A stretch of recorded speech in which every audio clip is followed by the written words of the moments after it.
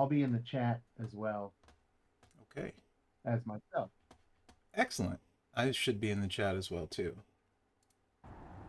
Oh, that's a commercial on the Champs channel. That's what that is. Let's mute that volume. So, Okay. My cat is saying hi to everyone watching the stream. If you're probably not on yet, but Mr. Mo here is making this difficult. Hey, Zando. What's up, Mid Carter? Rusty. Rusty's here. If you guys don't know, he's half of the. Well, go ahead, Rusty. You tell him what you're half of.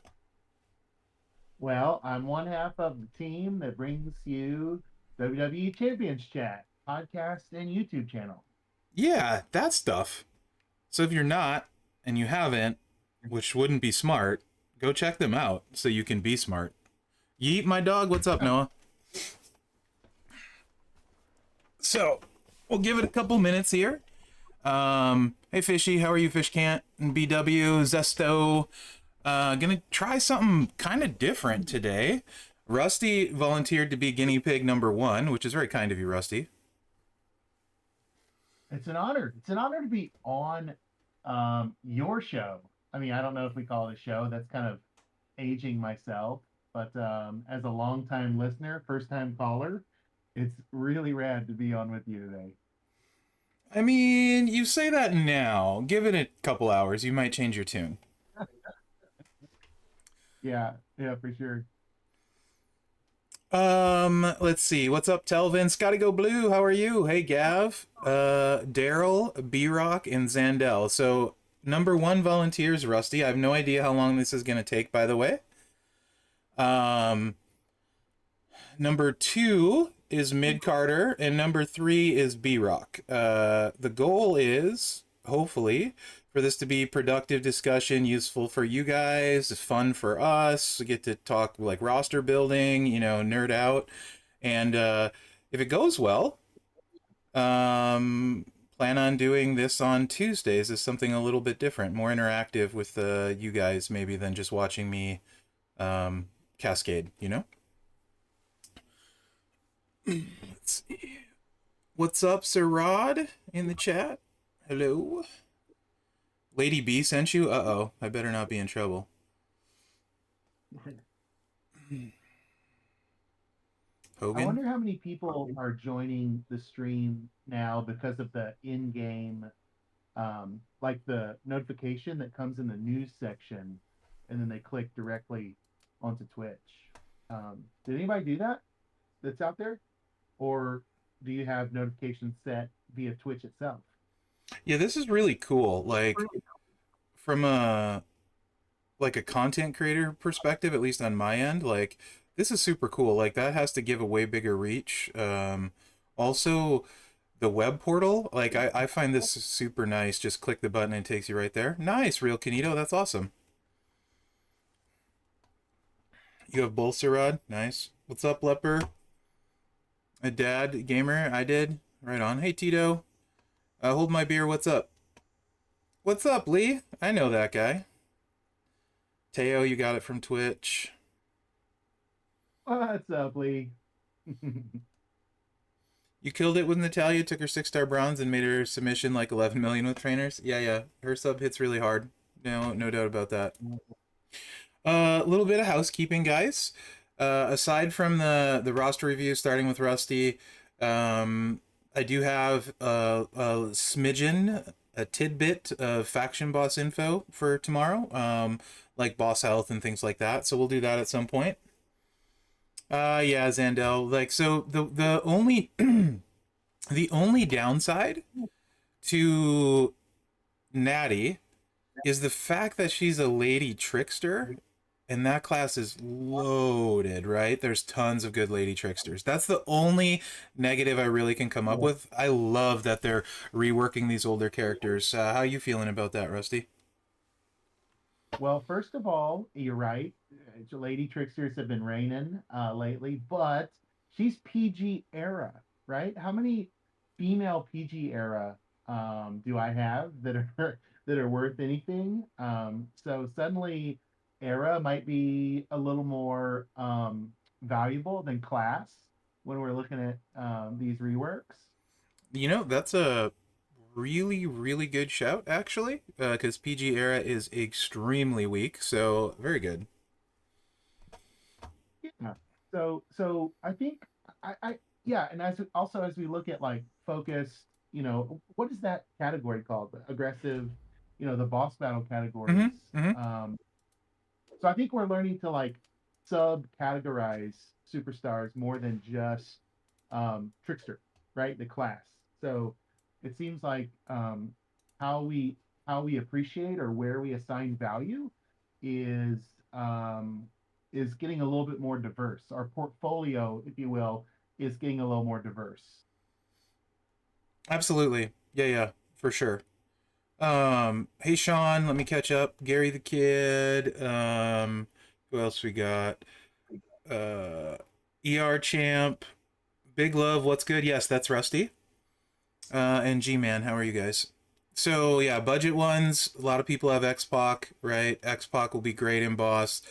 Zombie Dom, budget or not budget, should kill it. So X-Pacs with the botch setup, triple black should be solid. Everyone got if you were playing like Hall of Fame month and then Zombie Dom. Those are probably the two best budget ones I can think of, like right off the top of my head. Overall, like in my opinion, probably the some of the top ones are going to be Zombie Sammy, Regal, and Zombie Dom. The tricky thing about this boss, right, is he's going to get that black MP buff. So you're going to have neutralize if you're in there running Xbox. Mm-hmm. Mm-hmm. Yeah, well, there's always going to be a black gem on the board. There's no way you're going to get rid of them. So yeah, neutralize will be quite clutch, like because no one wants to really get hit super hard. Well, maybe I shouldn't say no one. I'm sure there's someone out there that wants to. But yeah, your neutralize is going to be very useful. Can I throw out a piece of intel since I'm on the channel with you? Um, this is something that I heard a lot last night. If you got Natalia, right, and you got her at 5-star bronze, and you're thinking, I don't have enough resource to take her to 6-star right now and beat this hell mode, try to take her to 5 silver because a lot of the people on Discord were reporting clearing out those levels with her as low as 5-star silver because that sub move is so powerful. So that's just a little early intel for you.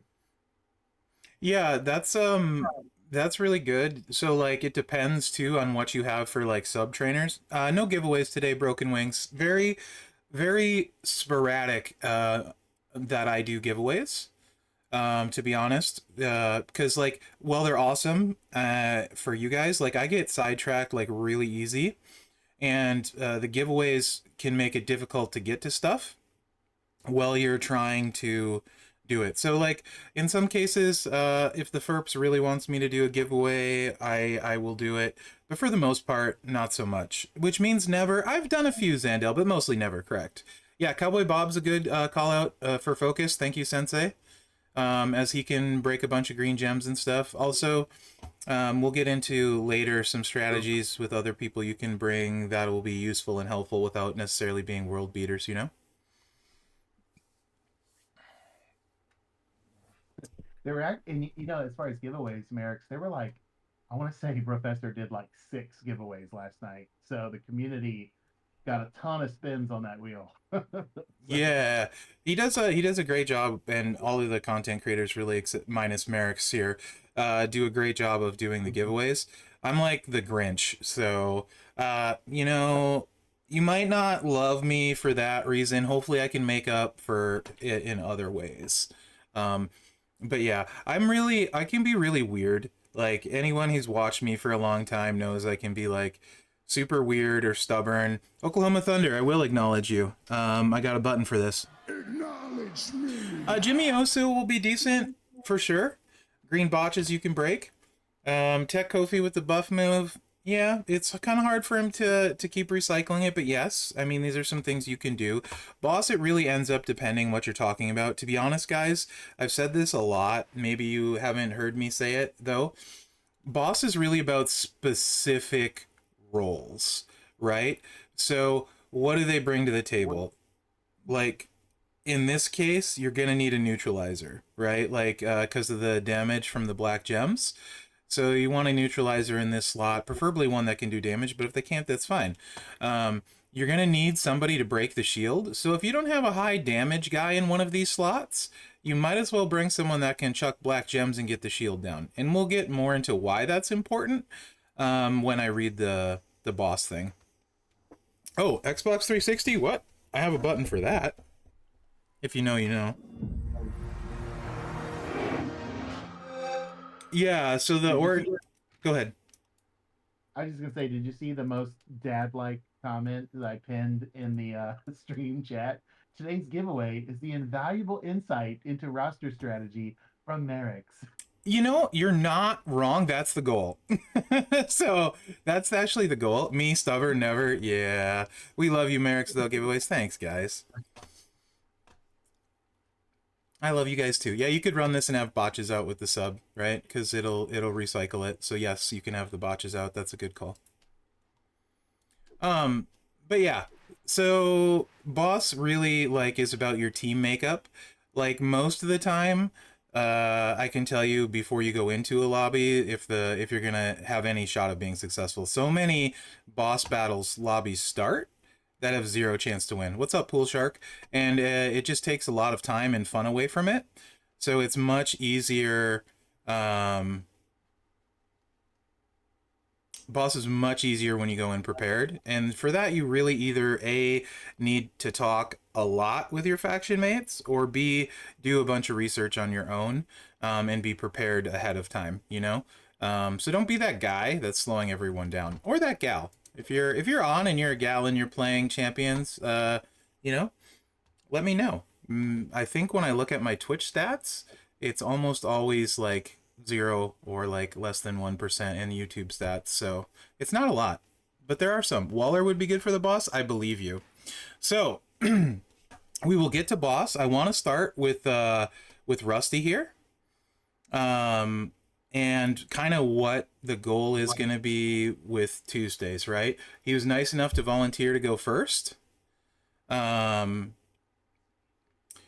and really hopefully when people ask me, well, who should I level, X or Y, that's a terrible question. I don't know, man. I don't know your play style. I don't know what plates you have, straps, metals, trainers, like, and to answer that question properly honestly would take more time than I can invest for how often I get asked that question. Who's better? Who's better is subjective on many things. On paper, if you're talking about the best stuff, I can give you an answer. But you don't have the best stuff. I don't have the best stuff. Rusty doesn't have the best stuff. Um, so we're gonna see some different size rosters throughout this, and I want to do this like every Tuesday. Hey, Bills Mafia, how are you? Every Tuesday, and hopefully you guys can get an idea of why you should build somebody, and that depends on a lot of things because there's no right answer. So before we look at some of Rusty's his entire roster and stuff, I have a few questions for Rusty. I didn't tell him I was going to do this, by the way, so you know, prepare yourself, Rusty. So when somebody asks me who they should build or whatever, I have a few questions. Like, so first off, Rusty, what's your main goal with your roster? Like, so like, are you somebody that's like trying to Pokemon? Like, do you want to be better at Feud? Do you want to be better at Showdown? Like, what's fun for you when when you think about building your roster? What's your main goal? Right. No, great question. So recently, my goal was to get all four classes or categories for boss build to 6-star silver, so that I could get, the max score in boss battle. And I would say currently my roster goal is to be faster in feuds and faster in showdowns. That's very fair, right? Like speed is time is money, right? Like if it's faster, it's nicer. You can either put up a higher score if you want to in Feud, or go do something else, because you know Feud's always on the weekend, and most of us are full-grown, semi-pretending adults that have lots of stuff to do, right? That's So, right. Yeah, I'm so go a ahead. dad and 3 kids. So Yeah, yeah, I really want to be able to hit high war scores without it being, the grind that it has been in the past, or that sometimes can be, depending on the CSS, etc. sure. Okay. So you'd say your main goal right now is to make your life easier, would you say, for Feud and Showdown? Yes, that's a great way to put it. Okay. And I think that's great. Um, because like generally for me also, if I have an abundance of resources, tokens, or something like that, I always like having a fun guy that's just for me, because games should be fun. You know, it can be, they don't need to be good, it can be ridiculous, whatever, right? But the rest of the time, like really the goal is to make my life easier, right? Like because it just makes the game more fun when you don't have to beat your head against a wall. Yep. So that's a great starting spot. So now we have an idea. Rusty wants to get better, in particular at Feud and Showdown, and by better he means faster, which is important. So before we even open your roster, do you have all the Feud promoters? I am about 300 shards shy of IOW Charlotte, and I am about halfway, so about 2,000 to IOW Taker. Okay. I have the other feud promoters. Okay. So Feud promoters are one piece, and they're a big piece, because they you get a bigger score doing the exact same thing, right? So you can be doing the exact same thing and get a bigger score. Charlotte is frustrating because she's webcoin based, or frustrating to me. And the trivia now is not like when it first came out. When it first came out, there was, a lot less questions, and I did the grind for Charlotte just remembering the questions. That was possible. Now there's like thousands. You can't do it. And then Taker is just a big grind. I have a few tips. I don't know if you know this, Rusty, and chat, but here's a great tip when going for Taker. Hey, One Wing, how are you? Because it's not necessarily fun, right? Because one thing that you can do, the lower levels of Color Clash, you can actually auto with anyone. My free-to-play account can auto all of normal, and probably auto all of hard, right? So just autoing it is something you can do while you're watching TV, doing something else. I would recommend always doing that. When you get to like hell mode, this is black, right? Somebody like, look for somebody the AI plays properly. My go-to is this. And it doesn't matter if you score or not. You get a bunch of points regardless of where you rank, right? Worrying about ranking will drive you nuts in this mode, and you'll have to play a ton. So if you have, let's say, Hall of Fame Taker, the AI plays him well enough, no matter what color it is, that I can just auto and not pay any attention to the game. And you don't need 17k sand or anything like that. I'll just throw him on real quick. And literally will beat every mode all the time on auto. Enforcers can help again. I wouldn't worry super a ton about them, other than the one that gives you more coins. That one's always worth it, but you don't necessarily get a ton. I just autofill 10% when it's a maxed out one, whatever, right? It's not really a big deal. But then you just literally auto it, and I can auto all the way through hell, so pay no attention to it. So you do that, right? That's not the bad part, though. Would you say the marquee tour is for most of you guys, you're like, ugh, the marquee tour, right? Because it's like 11 nodes or 10 nodes or however long it is. Would you agree, Rusty? That's probably the worst part on the weekend. Yeah. Not only that, I feel like the Showboat one I'm not particularly strong at, but the Mm-hmm. Striker one is usually easier. Like Striker Honky Tonk Yep. Man, it clears it pretty quick. Yep. But like Showboat Otis can't. I don't know. Sometimes it feels risky to autoplay it with him. Yes. Yes. So Otis does take a little bit of time because his animations are long too. But yes, Otis or Fandango are great for that. I got a better tip for you though, is and might be weird, is just skip it. Skip the Showboat one. So because you like using Honky Tonk Man and that works, just do the Honky Tonk Man one, and you're like, okay, but then isn't gonna take twice as long? No, it's not. And here's why. So what you do, once I get out of this, I'll let you know. So you can see like Taker's gonna just auto do his thing, blah, blah, blah. And what you do is you stock up on the tickets, right? Here's a little, I don't think a lot of people know you can do this.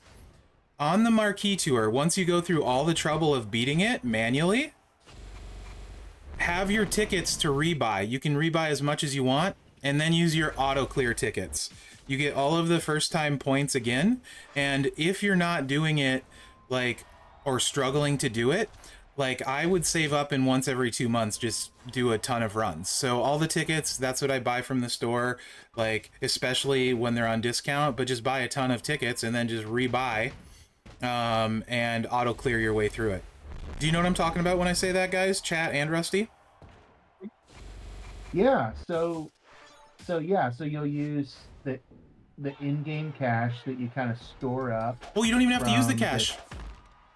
to reset it, to like recycle the tour, or how do you Yeah, how do you spam the tour, so I I guess? can't show you because Marquee isn't up, but it's not, when you win, it's different than if you lose. You don't have to rebuy with cash. You actually just rebuy again with your tickets. So if you go to the shop, let's see if any are for sale. Yeah, right here. Yeah, 40 tickets. yeah. It's like, I think 100 for Hell. Is that correct, guys? It's 100 tickets for Hell to get in? That sounds right.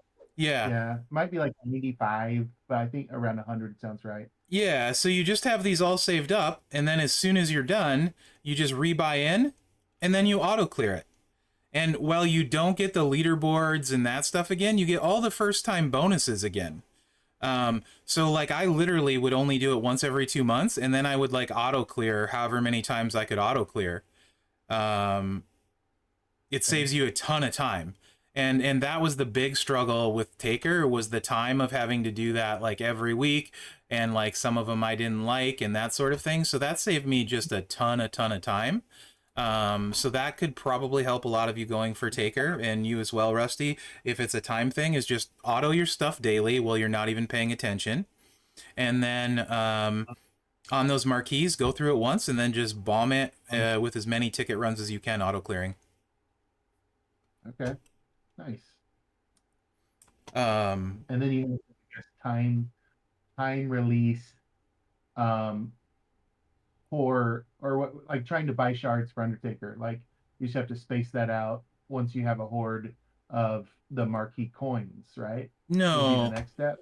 there is. I have all of my promoters, so I can't show you. But if you go to promoters and you're missing Taker, so click promoter on your, if you guys are watching too, so you can, cause you can try it if you're on your device. Click promoter, and then click on the one you don't have.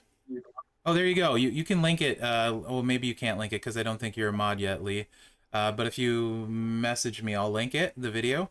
And then you just click on that and go to the promoter, and it takes you to the store every day. Oh, that's okay. So that store is available every day then. If you do it that route. Yeah, if you don't have all of the promoters. It's 94 tickets. Thanks, Big Love. Yeah, it's been that way since the start. It's just kind of a backdoor way in. It's not anything against TOS or anything like that. We made him aware of it like years ago at this point, and they decided it wasn't a big deal because it does take so long to get him anyway. So yeah. Right? That'd be great if they did it for boss promoters, but no. There's no way I know of to get more of those. Sent the vid. All right, I'll post the vid for you guys if you want to see it, because the marquee's not up, and then I don't have this, so this will be helpful. Let me get the link. Copy. There you go. I think I did one on it a long time ago too, like a very long time ago, but I can't even remember for sure. I might just have shown it on stream multiple times. So there's your link for the video, guys.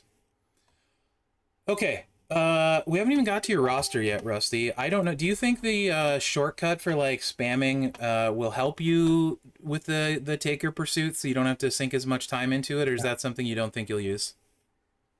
No, I will absolutely use it. Because that was one of my big blockers. So I did the grand tournament, and I was so burnt out on stipulation. I didn't do a stip tour for like months, and then I was like, I really need to get taker, and I'm like, I don't want to keep doing this, and then I'm like, wait, how does this extra ticket thing work if I save them up? And so I kind of lucked into that one, and then from there on, I just do it like every couple months, and then I do as many runs as I could. It was much better. Very cool. Go to roster, collection, click the one you don't have, and it takes you to the store. Thanks, Sir Rod. That's the sound of deliciousness. That is a C4 Starburst energy drink being opened. Oh, nice. Yeah. Okay. You know what I've gotten into lately is the Prime hydration. I don't know if you've had Prime yet. Not Prime Energy, but Prime hydration. Super good. I haven't yet, but I should try that. Only 35 calories. Nice. So I do the sugar-free energy drinks because like sugar and me aren't a friend. It doesn't make you know what, Zandale? C4 does. I noticed that, and I was wondering if that was something weird. What the heck is that? Is that not healthy? I thought it was just me, like just a random thing. No, I have that same effect. Though there are some of the drinks now that are a little different. Like the Celsius drink, the tingle is a lot less. And the crash is a lot less pronounced as well. So this is maybe from I'm gonna out myself here, maybe from my college or younger days. I am not caffeine sensitive in general. Like I literally could drink this right before bed and go right to sleep. Like I don't get a crash from energy drinks. I don't necessarily get like a hyper boost or anything like that. But like during my college days, I was playing a ton of video games, and I'm pretty sure this is now why I have diabetes. I drank Mountain Dew like it was, well, like it was water. So yeah, right out of the jug, where you just palming the 2 liter, while yep, you're gaming. yep, just 2 liter by my side, and like order Papa John's pizzas all weekend long. What games did I play? Yeah, that's like a dorm life. Yeah, it's just normal dorm. Right? I was big into EQ, EverQuest, sadly. Normally I drink Monster. That never gives me tingles. Monster sugar free. Anyway, the reason I drink the energy drinks is because Monster Ultra Red is my favorite flavor. And sugar free soda tastes horrible. I can't stand it. Oh yeah, you're right there. Like sugar free Mountain Dew or any of that stuff. No, I can't stand regular Mountain Dew at this age in life anyway, but yeah. I want you to try the Prime Hydration and let me know your take on it. You got it. As far as energy, you can try the Prime Energy as well, but Prime Hydration I think is better than a lot of the other sports drinks out there. Probably all the sports drinks it's better than. Nice. What flavor is it, if you don't mind me asking? Yeah, Southside Big Red. Well, yep. So there's a variety of flavors. Grab whichever flavor is appealing to you. I really like the white one, which is something about the moon. Luna something was delicious. I wish Logan Paul was paying me to say these nice things about his product. That would be so great. But if he wants to, he can find you where? Let me see if I do let's watch this. Champion chat. Is that right? Nope, that didn't work. Is it WWE Champions chat maybe? I don't know what yours is. Goldie made it something that was easy to remember, but I can't remember what it is. I got you. Or Lee does. Nice. Champs chat. That's what it is. Star Champs chat. Or Champs chat. There okay. Logan Paul, when you watch this, that's where you can go and get Rusty on your payroll. That's right. Man, I would drink that stuff. You could just, I will do it for the beverage itself. Send me the drink. I'll promote it. I don't even need a check. Nice. Nice. Okay. So we still haven't got to your roster. Okay. If this the easiest way I think to explain this before we open up your roster, as far as the feud goes, anything with a cascade chance, something can go wrong, right? So that potentially slows you down. Now, at the start, and depending where your roster is, it's not realistic to expect that you can have everybody on your feud roster safe. But that's kind of like the goal, I would say, if you want to make your feud life easier and faster, is really looking into those guys that can be safe, or like Mherex proof is what I call them, because I cascade all the time, and the less things that can go wrong. So meaning, if somebody, like, the less things you have to check, like if your guy is set up so well that you don't need to check for like a 1 MP down guy, a multiply gem down guy, an escape artist plate, then that's like perfect. You just sail right along, right? So the downside to subs is they can have an escape artist plate. Subs take a little bit longer to resolve. On top of it, how often have you guys put somebody in a stupid sub and they have a matchy match plate, and the last, like, the AI is like notorious for this against me, the last swipe is always the swipe that recharges their stupid move. So even though I put them in a 4-turn sub, they come out of it full MP. Has that ever happened to any guys? You happen to you, Rusty? Oh yeah, that's very familiar scenario. Every time. I hate it. Yep. Okay. So that's number one reason why I don't like sub guys for feud. There are some exceptions. Some people hit so hard that it almost doesn't matter. Triple Black Becky comes to mind, but it does happen way too often, and there are seemingly more escape artist plates in the ladies' game than the dudes. You know what I mean? So that's something to think about. Well, on a tour, you can play a sub build and it can feel amazing. You sometime or often get into feud and you're like, this ain't it. You know what I mean? Yeah, Southside, all 4 swipes. So they actually, I've had that too, where like, actually they come out of it with like a move that wasn't charged. You put them in a sub, and not only did it not drain their MP, it filled a move that wouldn't have been filled. That's even worse. And when it fills their sub move and then they sub you back, it's Yeah. absolute work. And that's when you want to throw the phone, right? And you're like, okay, I'm good with food for now. Feud for now. So yeah, so that's one thing, right? The multiply coaches doesn't seem to be as big a deal. I will tell you from my perspective, when you're setting your characters up for feud, defense doesn't matter. That's not going to make your life easier, right? Like, so dick builds is what they're often referred to, or a really strong defensive card. Well, they can be entertaining for you and like crack you up with the idea of people having to deal with this BS. Ultimately, it doesn't make your life easier, right? Right? Like let's say like Gable maybe, Sure. or like Showboat is that kind of superstar, right? Yeah. Miz back in the day, stuff like that. Just really annoying stuff. That doesn't really help you. So when I'm feuding, I don't put almost ever, unless somehow it can help me offensively, MP downs or that kind of stuff. I'm trying to squeeze as much damage out as possible. So that's another tip before even getting into your roster. Those two things.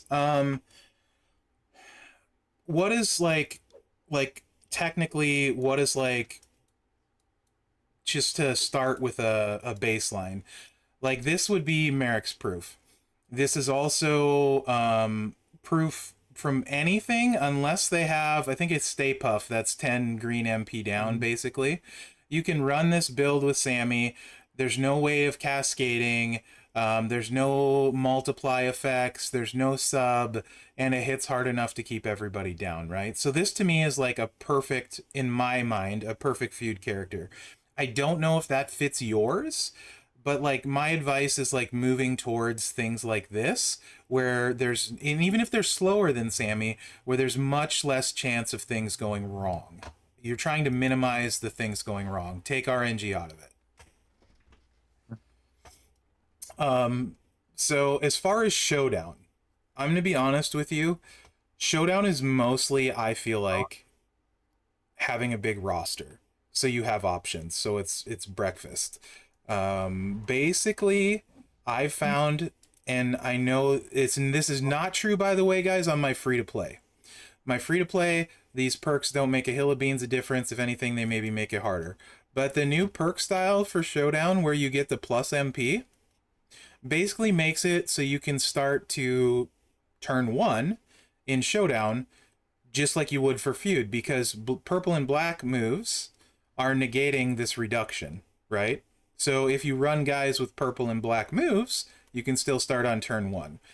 I have no real way of predicting that, so that's just a matter. I don't run solo in Showdown myself, restate. I don't have any way of predicting that, so that's a matter of just getting those guys with lower charge, just like you would for Feud. So kind of as a byproduct, your Feud guys will do that. Now there are a few exceptions, like Carmelo. If you get Mello, is a ridiculous Showdown guy all around, and he's super good on defense. There's the Hall of Fame link, so those will can really help you. And then there's links like when you can use them, which you often can't. It's like the links with Brawling Brutes, so Sheamus, Butch, Ridge, where you get so much MP. The Steiner guys, where you get a ton of MP, things like that. So Showdown, I don't know that I will help as much. Bill's Mafia, yes. Okay, so all that being said, let's get this started, Rusty, because I think we're 35 minutes in and I haven't even looked at your roster yet. Yeah, man. Well, I think what you're saying though is helpful across the board for everyone. And so if this is going to be a series that you do, this is a great place to kind of start the series. So almost like a prequel, you know, Yeah, yeah. super helpful. Trying to set it up. Trying to set it up. And also the other great thing, guys, about this roster review is some of you, or not, it's not really a review, but the roster building ideas and techniques and stuff. Some of you might say, you know what? It doesn't matter. I like subs. Or it doesn't matter. I don't care about Feud. You know what I mean? And that's not a wrong answer, because games are like what you make of them. There's no wrong way to play champions. You might say, I'm just a Pokemon guy. I'm trying to catch them all. You might say, you know what? I love Showdown. I don't care about Feud. You might say boss battle. So there's no wrong answer.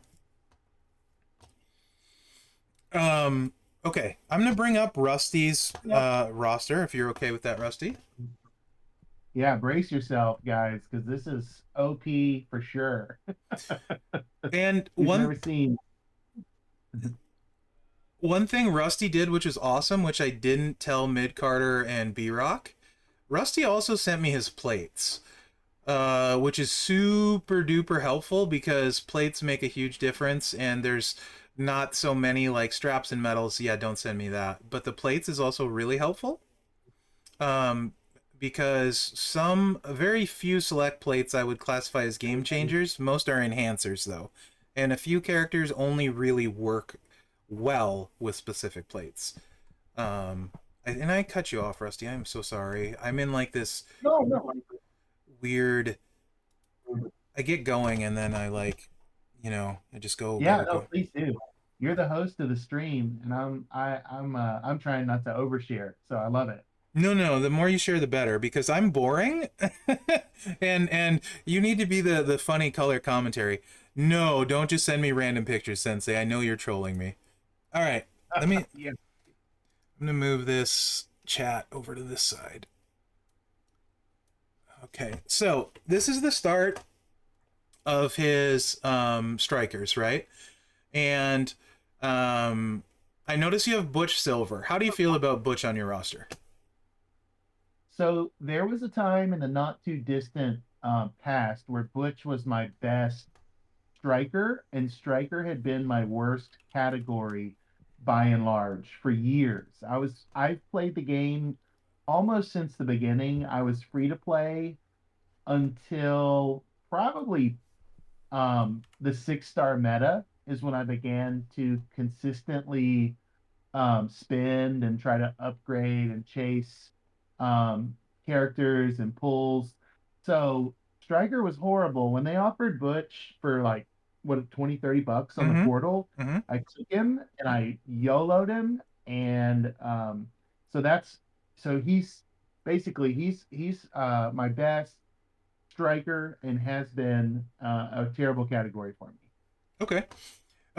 So obviously the showdown portion, when you can use the Brutes link, he can get charged pretty easy. He's pretty great there. I'm assuming you like it there. Yeah, yeah, for sure.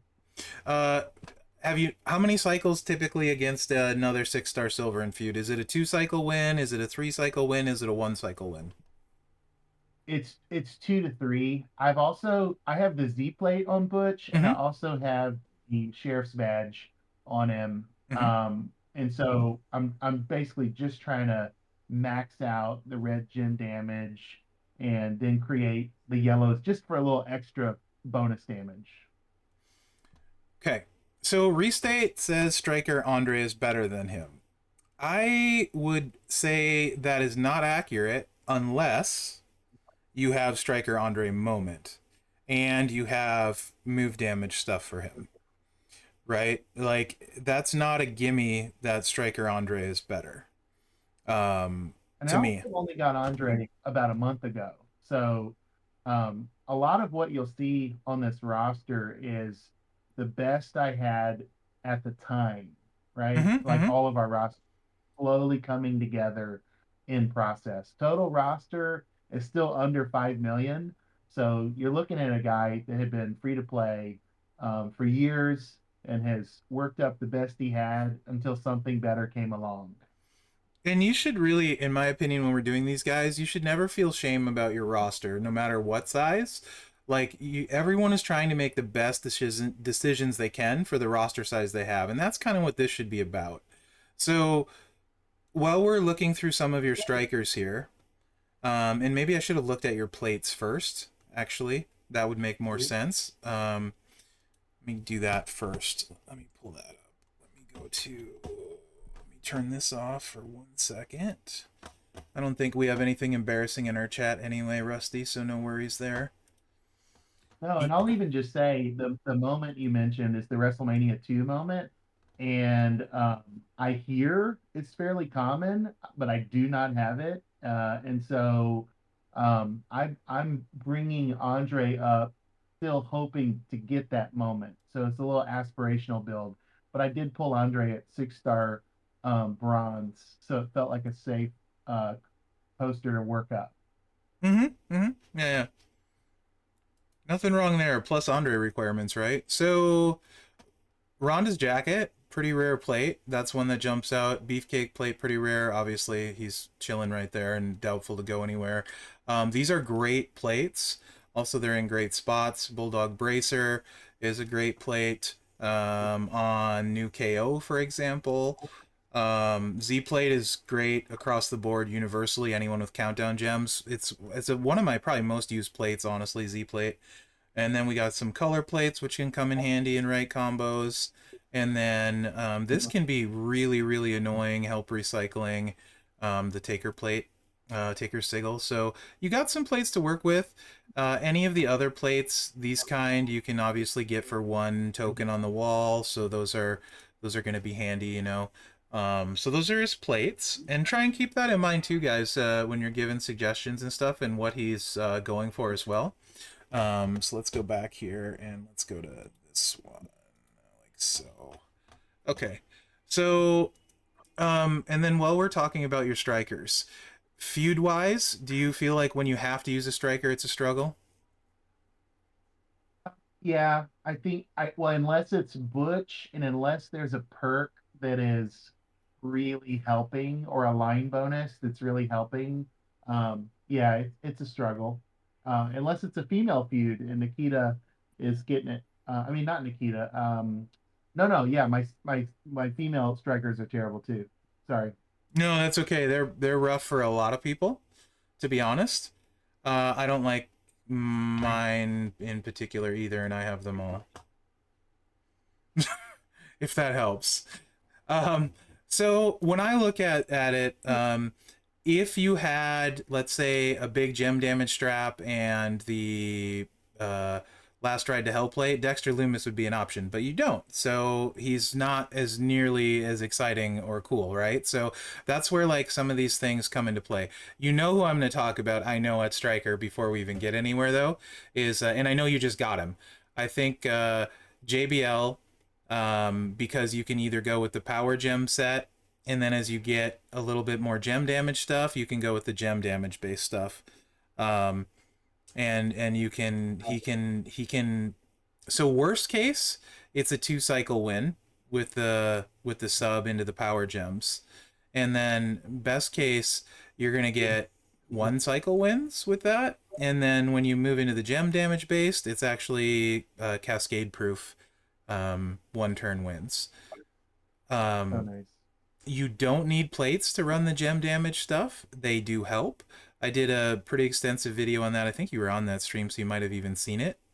So to me, with what you're talking about, Feud, also Showdown, what is his link with Rook?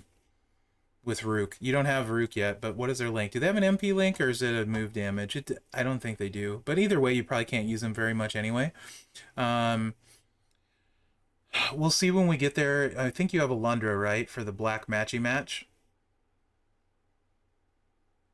Uh, yep, I do. Yep. And then who's the red matchy match? Montez Ford, you probably have him. Yeah, I've got both Montez. What's up, SP8? So yeah, both of those you could use in Showdown for 1 swipe matches and stuff, and they'll be perfect. So looking at your strikers, I would rate personally, based on what you're telling me and the way I play the game and my playstyle preference, he would be your best striker in here. Like he'd be your number one, whether you have the power gem set or the gem damage set. That being said, Butch against a 6-star bronze is going to be like a 3-click easy win, incredibly safe. You won't lose. So Right. speed wise, you can do that with Butch. And then you can also try and target matchups, especially you said you have what plate on him? The sheriff's badge too? Yeah, he's got Z and Sheriff's Badge on a ultimate strap that I think is like a 40% gem damage strap. Okay. So obviously, anytime if there's any kind of yellow gem boost, it buffs the sheriff's badge on him even more. Z plate's buffing it, but also if you find showboats, in particular, although it can be super risky to do this, showboats with move damage, i.e., Taker. If you get their health down enough, they can have trouble kicking out, and in combination with the sheriff's badge and the Z plate, buffing the sheriff's badge a little bit, you might be able to get enough to take them. So like the Carmelos and the Takers, but the downside is you know what those guys do if you don't beat them turn one, right? But for sure against the 6-star bronzes like that in showboats, because you get that class advantage and you're breaking a lot of gems, can help. Um, I used to play a lot more matchups in Feud. You can also go against strikers because strikers have low HP count. In particular, if you see a striker that has hollow stars and isn't max levels, they have like what, like maybe 15 million health, 16 million. Um, so you can use that as an advantage too.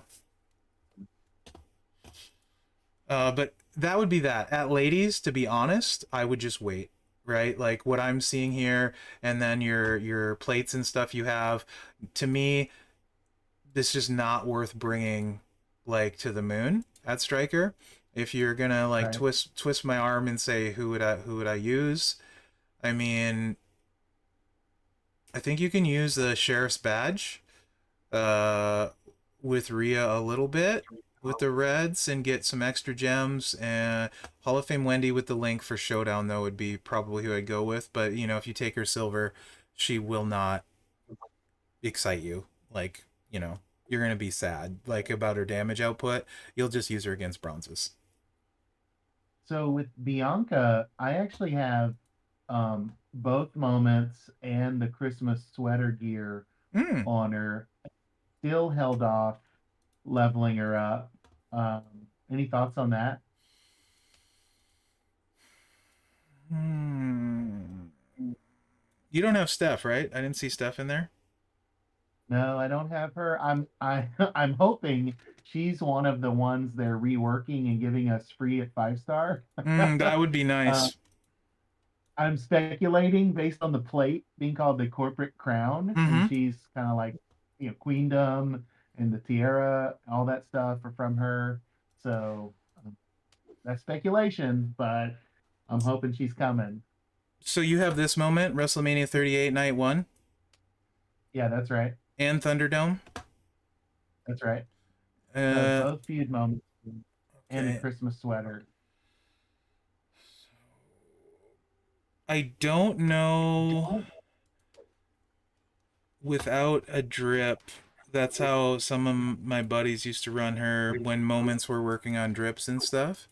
Um, but they don't anymore. I can't remember if I talked to, I think the triple red with the frog splash can work because get these multiply gems look small, but they get a little bit bigger.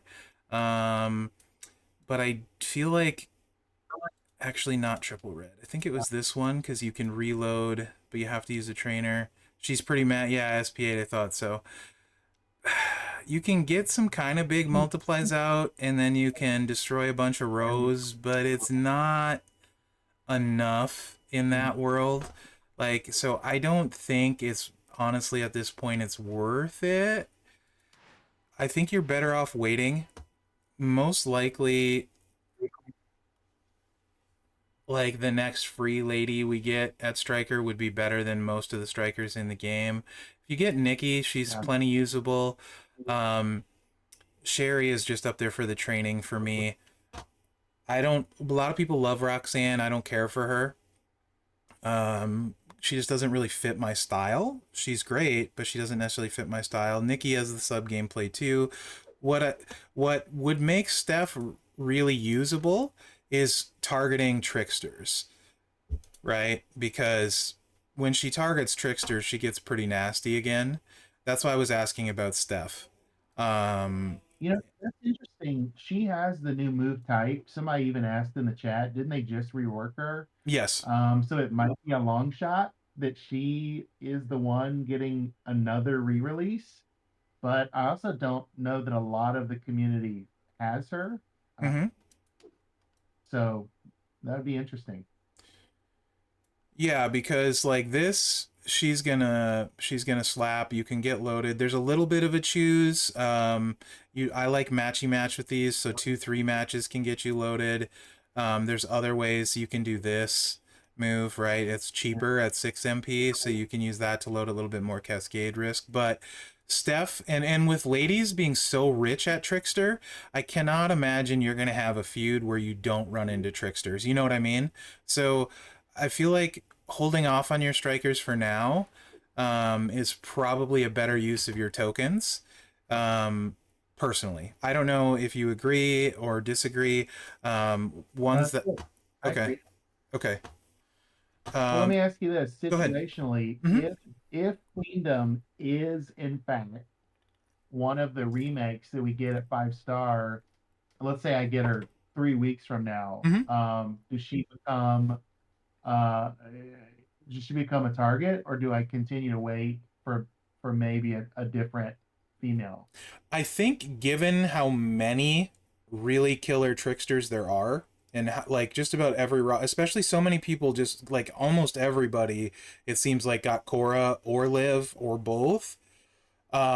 With so many tricksters, I wouldn't hesitate to take her up with the roster I'm seeing that you have. I feel like she's gonna have big value. Normally, I'm not necessarily a big fan of doing the hardcore ones, but I feel like there's never gonna be, well, at least for a long time, there's not gonna be a time where you're not like there's no one you can go against. You know what I mean?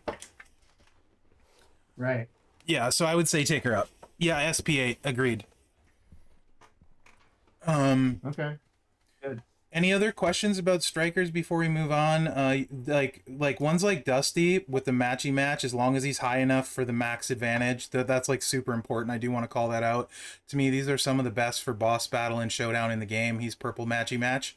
So as long as he's high enough to take advantage of that fully, that's high enough.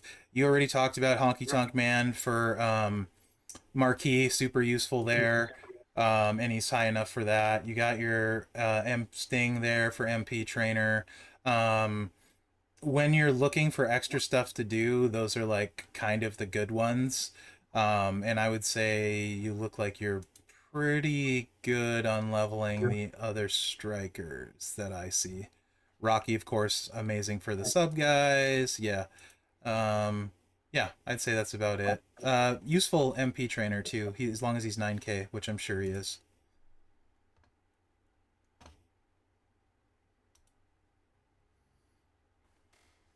Okay, Powerhouse. You got some good stuff here. I already can see that. How do you feel about your powerhouses, though? A lot more optimistic. KO has been the top of my roster, and the one that I've relied on when things get difficult or there's a level I need to try to beat, or maybe even a feud matchup that seems tough with the damage I can stack with him. Mm-hmm. Um, I just pulled Big Papa Pump in the Player's Choice loot, Mm-hmm. and uh, I just brought up Hogan for primarily for trainer ability. Yep. Um, Ridge just for showdowns is solid. Um, but yeah, I use KO more than anything. Okay. And you have that WrestleMania moment as well. That's big for him for feud because so KO is obviously the ultimate like slot machine. I can have some really bad luck with him even with that moment. But like he hits so hard. Um, Yeah, and I don't have the Titan plate, so I only run his yellow purple moveset. mhm. So the two trap moves and then the yellow make a column purple. So that's it feels safer to me, and I also have a sheriff's badge. I think I have escape artist on KO because he's just neutralized by sub, and I think I have a sheriff badge on him as well. I agree with you completely about the making him safer and more consistent with the other move that makes the purples. By the way, so what SP8 is saying is pretty accurate, consistency wise. BPP. Honestly, let me show you two, and we'll get into your powerhouses. So powerhouse, in my opinion, and also on my roster, in my opinion, overall, I feel like Powerhouse is one of the rougher classes to have really, really strong feuders. It's my weakest feuding class, in my opinion. Everyone knows I love Braun. No surprise, I do love Braun. But even with that being said, Braun sometimes only hits like 17, 18 mil, and that doesn't keep a lot of people down, you know? I have the same sort of so Big Papa Pump, right? Do you have a strap for him? Because it is a rougher era to get a strap, and if so, what is it? I only have a 40 percenter. That's one of not ideal for a 10 million roster, 9 million roster, whatever I have. How are you sitting on straps for him? I'm opening the game now and checking. Okay. I don't think I have one on him, but I want to give you accurate information. No, he's strapless currently. Um, and I only have like I could put a Rainmaker on him with Fury 2s, Okay. and that's what I did recently, I think for Feud, and then I moved it to Showdown to Hunter Blue Blood. so Mm-hmm. so my rain with my two sets of Fury 2s is what I had been running on him. So you're full stars, which will help you a ton. With my two hollow stars in this setup, because I don't have Zombie Orton, I can hit for like 7 or 8 mil, which doesn't necessarily translate into the number I want at 6-star silver. I think in both your case and my case, if we get Zombie Orton ever, I think Big Papa Pump becomes a lot more attractive, to be honest. But also, the strap is a big deal. I mean, this is a 40 percenter, and I'm still not hitting as hard as I want. Um, so there's that. Um, it's most of the time would be like a 2 cycle win, I think, for you. Anyway, so I feel like in the sense that it's going to be 2 cycle KO, you're still going to get turn one wins. So KO is the better answer. Plus, he's already 6-star, etc. Right? But I think like in a perfect world, like Big Papa Pump is exactly that kind of guy we're talking about. You just click 3 buttons. You can't cascade. You know what I mean? But it's not a Right. perfect world. Hogan, along boss battle, his wild cards, if people didn't know, count as any color of the shield, so he can be a really strong boss battle shield breaker of any color. Um, that's not been as important lately, to be honest, but it's still useful. Let's see who else you got here on Powerhouse. How are you feel about your ladies while I'm scrolling through here? Your lady powerhouses. So Piper Nevin is my best female powerhouse and best female defensive for boss battle. I don't think I have any other powerhouse females of note. I think they're all pretty bad. Okay, that's fair. That's pretty much everyone's situation. Um, Well, okay. unless you see something, right? So it's like subject to your eyes. Yeah. No, no, I would agree with you there. I think like also while I'm thinking about it, do you sometimes have a middle line in feud, rarely have a middle line in feud, usually have a middle line in feud? Yeah. Occasionally, sometimes I think would feel the safest Okay. way to say it. So we shouldn't, in my opinion, when you only sometimes do, it's not good to rely on superstars that need a middle line to be effective in feud, right? Right. Um, so you're pretty much stuck with needing two MP trainers on most characters. Um, Mhm. and like I feel like looking at this based on what's on your roster right now, I think like really KO is the right choice. I think Big Papa Pump is a good one to work up because even if you don't necessarily have the great stuff yet, you could just even put like a legendary strap on him, like a 20 percenter. And again, he's somebody where like you could go after acros at silver. Acros don't have tend to have a ton of health anyway. You get the class advantage, and it's so quick that it could be beneficial, but I wouldn't like rush it. Piper's Piper. She is what she is. She can be okay. In most people's case, she's definitely um, the best powerhouse. So like, I don't think there's a lot really to say here. Like, I think like you're on the perfect track. Really, I mean, Cody's got a nice coaching ability. I don't care for his gameplay style because you're subbing and stuff, and we're trying to get away from needing so many sub characters for you in a way because like you're trying to take it to the next level, right? Um, Right. but Cody is obviously, and I know you like him. Cody is a wrestler too. I do too. He's plenty good, and he can win a lot of matches, just not as fast as I would like. Um, Bulldog, Yeah, and you, that's I just want to say I recently got the Rick Steiner right at the in the kickoff bags. Um, but I'm scared of him for the same reason, right? Just very slow, stun lock. I yep. don't have a sheet play, so Even with a Sheik plate at silver, painfully slow, you're gonna win everything unless they have a anti stun strap. But it's painfully slow. Like it's good to have somebody like that on your roster, guys. Like, and while you're building and trying to get somewhere, like have that fallback guy if you just can't win. But I'm gonna be honest with you guys. The best thing in feud is find yourself a feud partner, similar-ish size roster mindset. What you do when you can't beat somebody, instead of beating your head against them or using a safe slow guy, you let your partner beat them, right? Like I don't feud the best way to be really fast at feud is have no ego. Like so, what saves me a ton of time? I've feuded with Arrogant for 5 or 6 years. Literally, we are all about whatever's easiest. If he's done with his line first, he finishes the last one because it gets us into another feud faster. You know what I mean? Like, and then if instead of trying to win with slow guys, like if you know you can't, just go ahead and finish my line, man. Let's get into another match and get this done.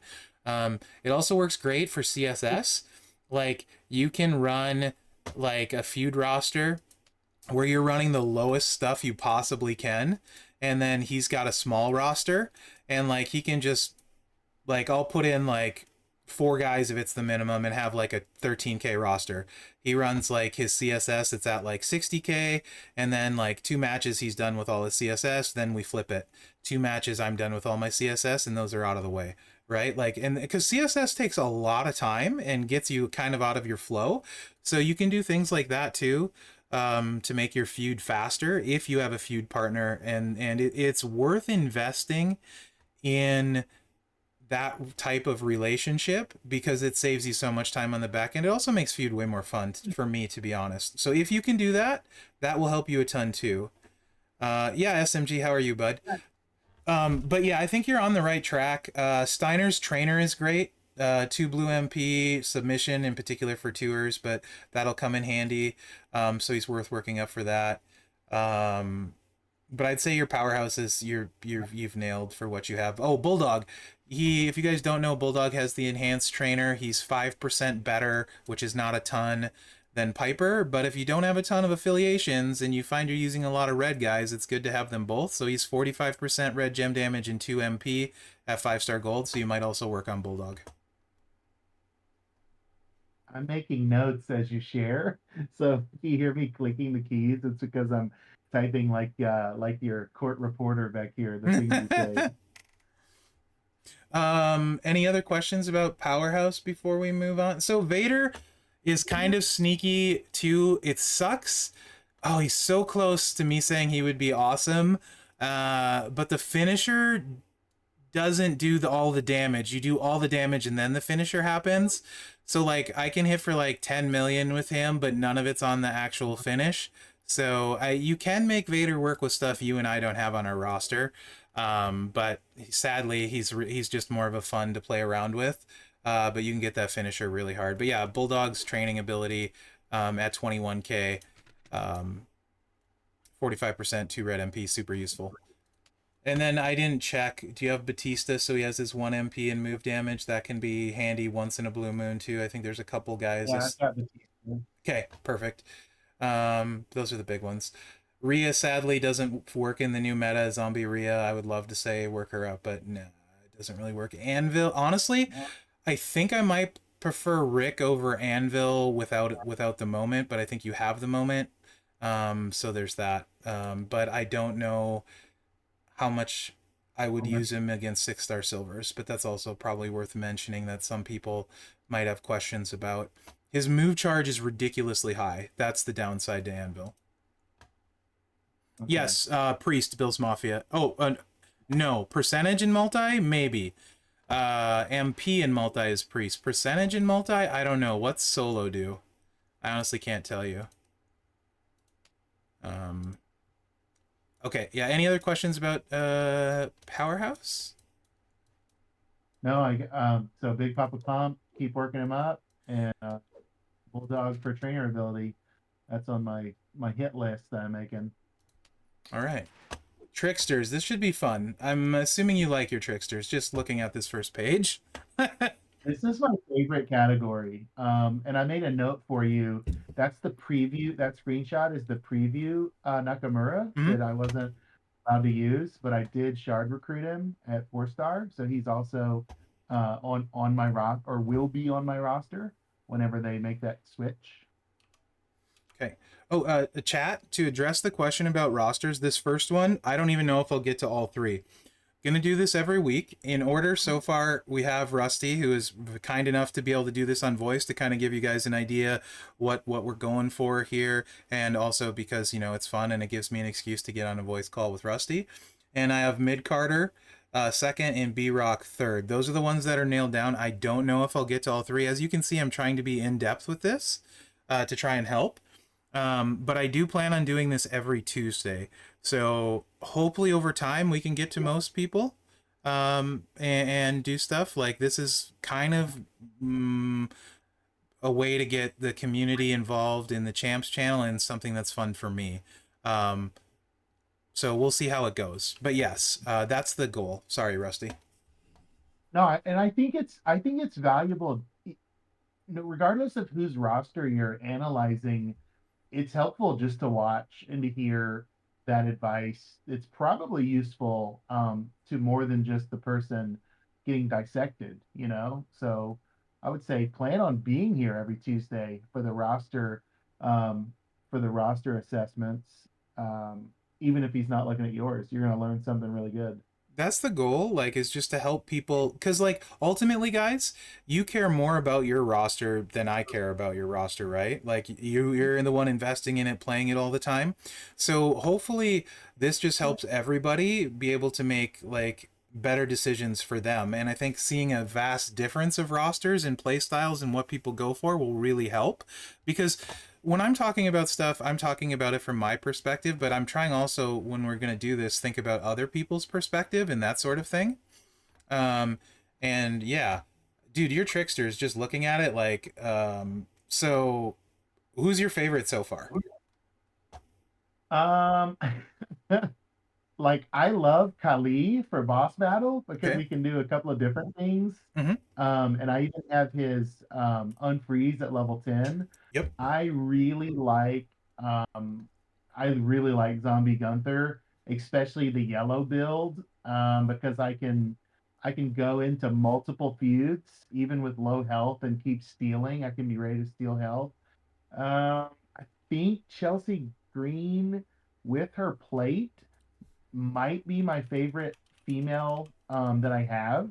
Mm-hmm. She was the first weekend character I ever like won. Shard recruited her, and so yeah, she's special. We have a little history together. So I recently got her. The Flash feud with the bags is when I got her, and Sherry, and I can't wait to level her up because I enjoyed her preview like a ton. So I'm with you there. Um, yeah, green, green, red for Sammy Bills Mafia. He should be ridiculous. Kali, I haven't used him past 5-star gold. Like, and I messed around with him prior to boss battle, needing everyone to be leveled up a little bit. I can see the versatility there. Personally, my favorite is Brutus. Is this your Brutus? Yeah, 6-star silver. yeah, Yeah. yeah, I pulled Brutus and I YOLO'd him, and I even got the gold gear. I Oh don't wow. have the silver. Yeah, so and I have the Brutus plate and the gear. I really like Brutus. Um, so he's probably my most powerful Mm-hmm, superstar on mm-hmm. the whole roster. ERKO Powerhouse. Yeah, him, he should save you a bunch of time in feud. Although sometimes the traps resolving can be a little bit slow, but he's really fast, and should hit super hard. So he's a great. I'm got a feeling we're not going to have to do too much work with your tricksters, to be honest, bud. um, Chelsea's great. Um, Dakota with the drip is Dakota with the drip, but like the drip is so rare. Like I have one, most people have none. A lot of people though do have a bunch of them.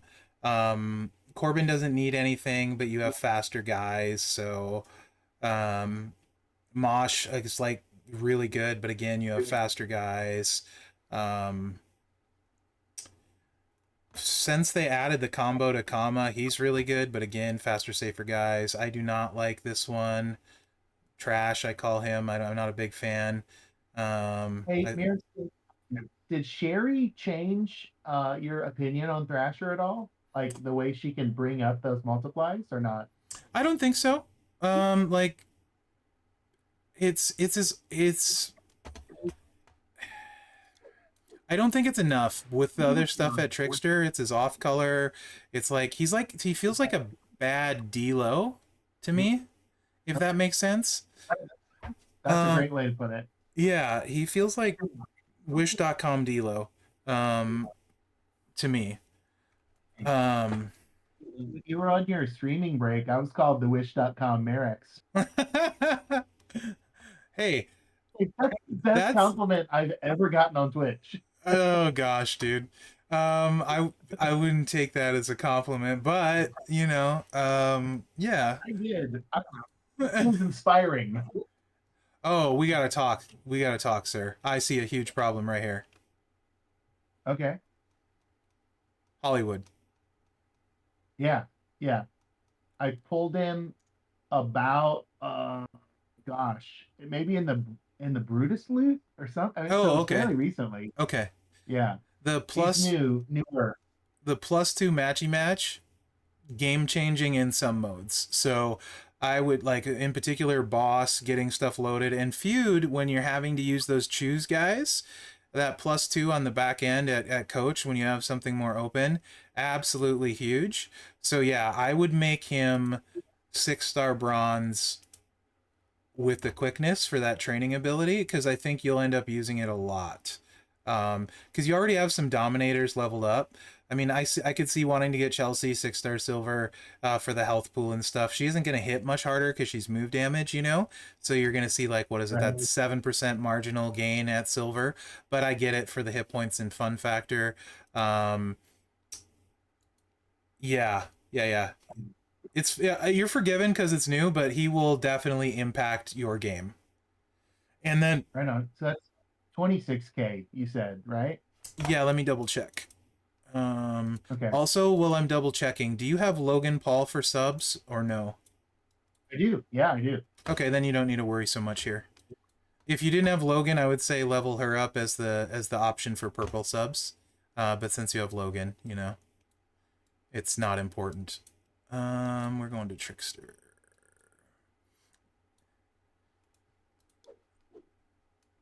Yeah, 26K. That's huge. Nice. This is Rusty, Okay. Jason. From Champs Chat. Hold on. Let's get you a cheap plug. Yeah. Nice. Right there. Click and follow. He's half of the dynamic duo. Okay.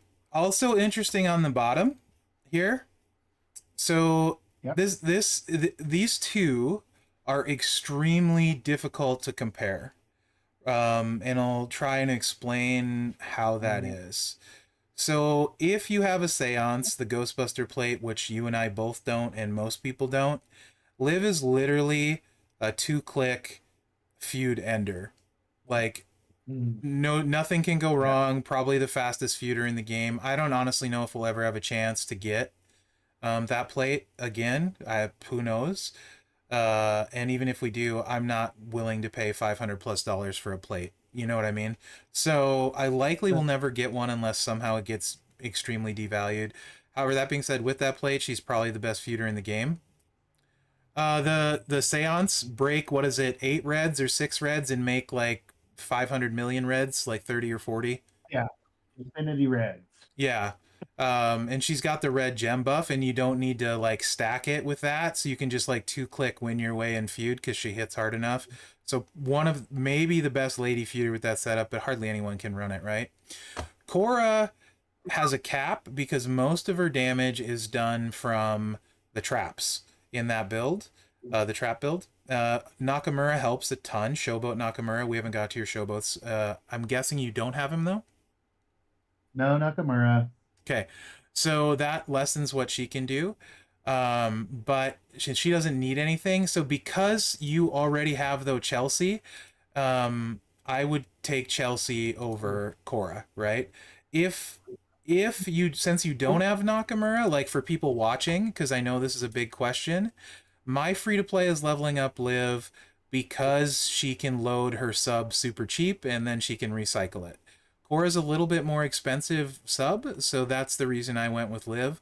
But typically speaking, you can hit harder with less nice stuff with Cora, if that makes sense, because the traps are doing the work. Zombie Bianca is, well, first off, you need to take her 6-star for her training ability.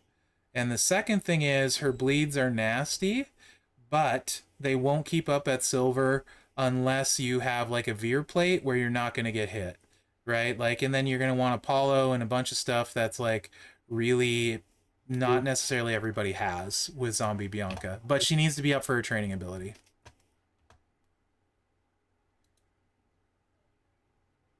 Yeah, if you have the right stuff, Zombie Bianca's ridiculous, and especially in Showdown, right? If you got all the bleed stuff, she's great. So yeah, I think honestly you don't need to take these two up because there's no hurry. Like neither of them are gonna do anything for you. I think with what you have, than what you already have. You know what I mean? Does that make sense? Yeah, let me ask a hypothetical the way we Mm-hmm. talked about queendom. So one of the play, if the plates are revelatory of who we might be getting a rework for, One of the plates is called a strong style plate. Let's say in an amazing Oh. universe, Mm-hmm. we get a free Showboat Nakamura at 5 star. Would having Nakamura on my roster um, place more of a value on Cora Jade? So I want to say at 6 star silver, this setup, because mine is 6 star silver, right? I took her because she's fun. With the moment, and like if I decide to put a sheriff plate on her, she can go over like 16 mil total. But normal setup, like you're talking about, you're probably talking 14-ish million with Naka at silver. Now she heals for like 5 million. Her best use is really quick wins that way, right? So I don't know if that's enough with this setup. She has other stuff she can do. Her plate doesn't really matter to me. Like honestly, the 100%ers are nice. Z plate is nice too at 50%. For whoever asked in chat, it's helpful.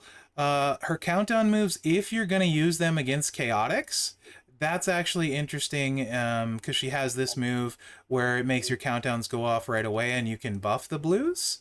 I believe, is it blues or purples? It purples, and I think you can buff the purple. I don't play matchups like that anymore. But yeah, you can get traps out and you can get her countdowns to go off right away. I've just ran her this way because it's what I like. You also she has a sub you can use to load instead. And so if you're okay with the sub gameplay, it chooses into the purple. You can do a lot there. But we're trying to avoid sub gameplay with Rusty here. Oops. Hold on, let me close this. Good, it's cut off. 1 second. But yeah, where am I at? I got sidetracked by a message I got. I'm sorry, guys. Give me 2 seconds. Where was I? We were talking about avoiding the sub Oh, moves to improve feud speed. yeah. So again, over Chelsea, who I'm assuming you can get some pretty good turn one wins in. You found, yeah.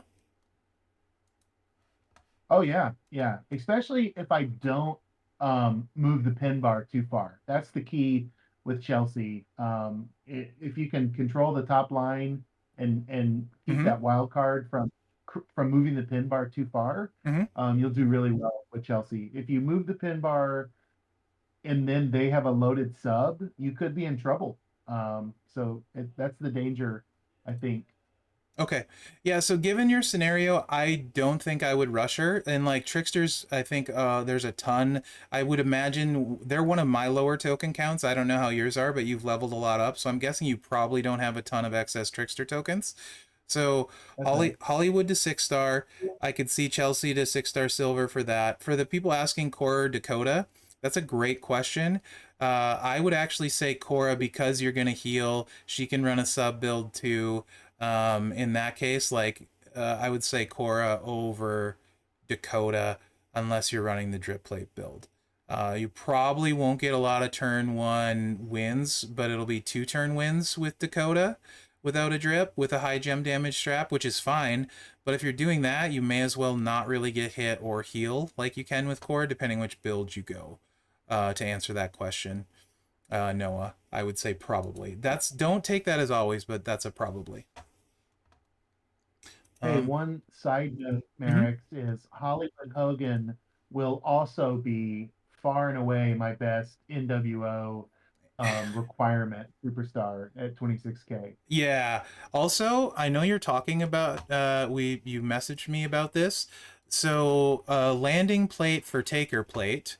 He has taker plate in general, it helps you blow up the board, which most of the time guys doesn't get it done damage wise. Just blowing up the board isn't enough to like secure that turn one win, which is what we're talking about for Rusty here. What it can do in some cases, in Hollywood in particular, sorry, there's so many. Oh, I can do this now. Hollywood,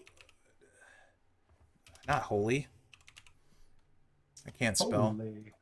Um, he has a no move pin bar, and if this is a moment I think most people have access to, right? NWO is born. You have that moment, Rusty? Oh yeah, I've gotten it basically in every moment loot in the town up 4 or 5 times, right? Yeah, yeah. So everything works off of the black gems. So it does get boosted. If you ever get Hollywood's gear, which they've been making more obtainable lately, all gems do 200% more damage. That's basically, you know, like multiply, small baby multiply gems all over the board. Um, so you start factoring in that stuff, his damage starts going up when you blow up the board. He has a no move pin bar right here. The great thing about the taker plate is you only need to break 3 black gems to set it off. Once you start doing that and combine it with the no move pin bar, he can recycle quite easily. The downside is his move charge is a little high, so it can be hard to get going.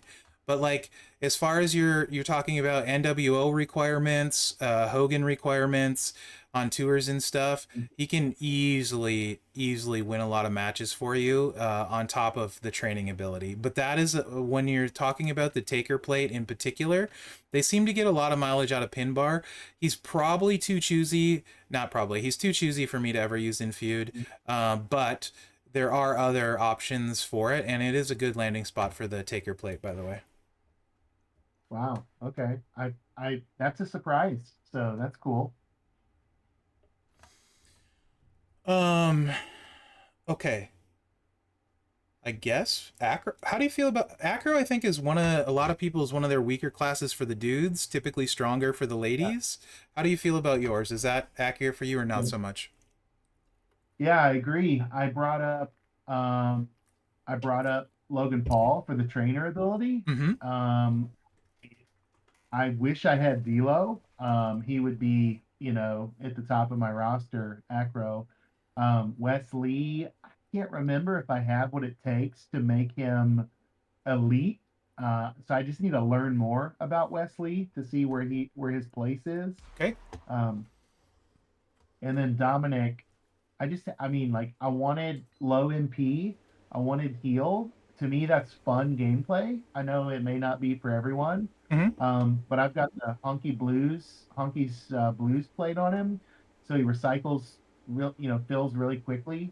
So for me, he's just a fun. He's kind of my indulgent superstar. That's really fun to play with. Perfect. And that was Dom, you said, right? Yeah, I like heal gems. It just takes me back to like when, like in the beginning of the game, like when heal gems were super powerful and like were a game changer. Yeah, yeah. So the thing about Dom is he wins. He's clicky sometimes, but he wins. You know what I mean? You got the right plate set up for him, and you know, especially you get like Rhonda and stuff going on him too for the extra heal Yeah. gem damage and stuff. He just wins, right? And if he's fun, go for it. Plus, can be super strong in showdown, easy to get loaded, etc. As far as your about Wesley, in my opinion, Wesley is the best acro in the game for what I have on my roster. I have Macho, Hall of Fame with 2 gears. I will use Wesley over him all day, every day. However, you need the moment to run him the way I do. This is also, in my opinion, the best feud moment in the game, along with the zombie moment. All of these superstars are very good superstars, and this moment helps pretty much all of them. So if you ever get the chance down the road to snag this on a prize wall or something and you're watching this, I would put insane value on this moment. It makes the multiply gems 5 times bigger for West. It also buffs the yellows. He doesn't do leeches with this build, but it buffs leeches. And of course, sub moves do more damage, and then red gems do more damage. So it also helps Cora, Nikita, etc. Roxanne is one of the better strikers. She's an amazing trainer because it's dual. I don't like her gameplay though, but she's actually super strong. Now, Wes has another good build, and it's the purple build, and you do have Nikita, and she is kind of the key for this one. This can do a lot of damage, but again, we're trying to get away from the sub stuff. However, Acro is not your speediest class, as I think you mentioned. So it may not be terrible, and you don't, without having a ton of depth, it could give you some decent depth, right? I don't know how your purple is usage for feud, but you, Nikita Lions, you're gonna run. I think I've shown this. It really makes this snowfall gem move start to hit super hard. That puts it over 330k with her. So she really makes this build go. It recycles pretty easy. You can combine this with the all heart skill plate that you have, because the snowfall gems that this leaves behind turn into purples. So you got this trainer, you're running her and Woods and all heart, and then, you know, purple gem damage back here. You could, and it hits like really hard. Hits harder against Showboats because of the hardcore move. So there's another nice little bonus there. So that's maybe a sleeper pick for a lot of people, this triple purple, but you do need Nikita to make this build work. But you don't need the moment. And it's pretty solid. It's probably a 2-cycle winner, but at Acro, it's not a slow cycle. Also, I found 4-turn subs, while you lose more sub gems, it's less likely for them to be full. I feel like 3-turn subs is almost always just too short. And they end up filling something or whatever, get a 5 match. It's bad. But so to answer your Wesley question, that's kind of a sleeper build for him, but his real bang for his buck is just triple blue whaley setup. Ridiculous. Also, if you were to say have a Judgment Day plate, and this is more for the people watching, Rusty, Right. you don't really, other than the Judgment Day part, the countdown gems fill the blues every time. So if you have a Judgment Day plate, they can never fill their MP unless they get a Miracle 5 match, because every turn this refills your blues. So you just throw these out, and then, you know, you can hit for a metric crap ton on turn 2, even if you don't have like Brawn Breaker to start with 10 MP. You know? So yeah, Wesley has a lot of stuff he can do. Mine hits with the moment, like usually 25 million turn 1 in feud. But that setup isn't necessarily available to everyone, but he's worth keeping in your back pocket. I see you got your flats worked up here pretty good. Flat black, flat red, so that's good. What else we got? So Dragon, what about the remake? go ahead. Yeah, I was just about to ask. The remake to Dragon, where does he fall now as a priority trainer, priority coach? Because my 2 best superstars are trap gem dependent, right? Brutus and KO. Yeah, I think that's going to be your play, to be honest, because as far as coach improvements that they've done recently, like with the higher tiers, he's on like that kind of sort of like that Sherry level where it's like the impact is huge. Like she's a double Matt Hardy, which is insane to me because Matt Hardy has been the most powerful trainer we've had for multiplies for years. Dragon, what Rusty's talking about, trap gems do 100% more damage. So on Brutus with all of the traps, you know, like 4 columns, that's huge. KO, maybe not as much, but generating 2 traps, so 21k for KO, that extra trap would be huge. And then Brutus, the gem damage, of course, would be huge. Also, when we get like boss battle that's trap based, this just adds more to it for people that use a per damage trap move in boss battles and stuff too. I think before you work on Wes, I would work on Dragon for sure and start working towards that training ability, because those are with you forever. Like characters, like very rarely do you use them for a bunch of years. Trainers though, I mean, like 4 MP trainers, will we ever not use them? You know what I mean? Like, so arguably their value is the highest value in the game because you're constantly using them. I'm still using Matt Hardy all the time as a trainer. So for sure. It is Bill's Mafia, except if you already if you don't have anything else that is gonna make your life easier, that will make his life easier with KO. That extra trap may not sound like a lot, but that every extra trap you do with KO makes him that much more consistent. And the biggest issue with KO is not being consistent, right? So the less of an issue you make that, whether it's the moment or the traps, the more value you put into being able to use KO. Yeah, like go ahead, Rusty. I just want to say, for me, and Bill's Mafia is right. That's a really steep price, right? The only reason I want to do this move is because he will help my top end get even higher. He's raising the ceiling on my roster on my most powerful superstars, and that seems really um, a game changer if you can do that. If you can take your best and make it better, Yeah. um, then that seems like the right play. So it might not be the right move for everybody. In this case, I completely agree with that. Like, so as opposed, if you take Dom Silver, you gain hit points, but he's not going to hit much harder. You're getting, again, like that 7% boost. You know what I mean? Wesley isn't going to be a speed demon without the moment. So, like, I don't see something on your roster, yeah, Acro, that screams, oh man, this is really going to help me. Whereas Dragon at 21, or the two extra traps helps, and then KO, and then the gem damage is going to help Brutus some. So to me, that makes sense in his case. It might not be right for everybody, but yeah, I think that would be the play. And you got Shotzi chilling up there. You're fine. If you get Rhea this month, oh man, I think she's dynamite and doesn't need a ton. So I would add her to the mix. I'm going to assume you get Rhea for the chase. I'm just going to make that assumption and say add her to your list, like to the moon. Okay. Any thoughts on those other two females down there with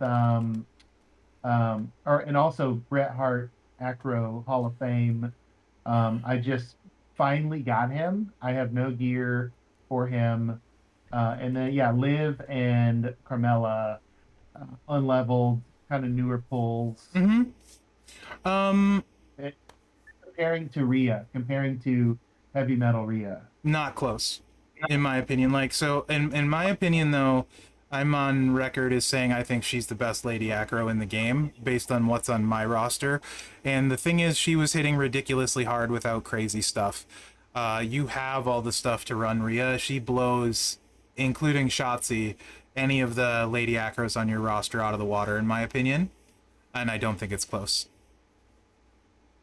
Okay. No, I almost felt like I just needed to hear you say it, so I back off the ledge with wanting to take that Acro Live up because she does so much of the same stuff that I love about Acro Dom. Mm-hmm. So the thing is, like, if that's something you really like, you can do that. I do think so. For me, here, let me show you, and this is why. Let me show you my lady roster, real quick.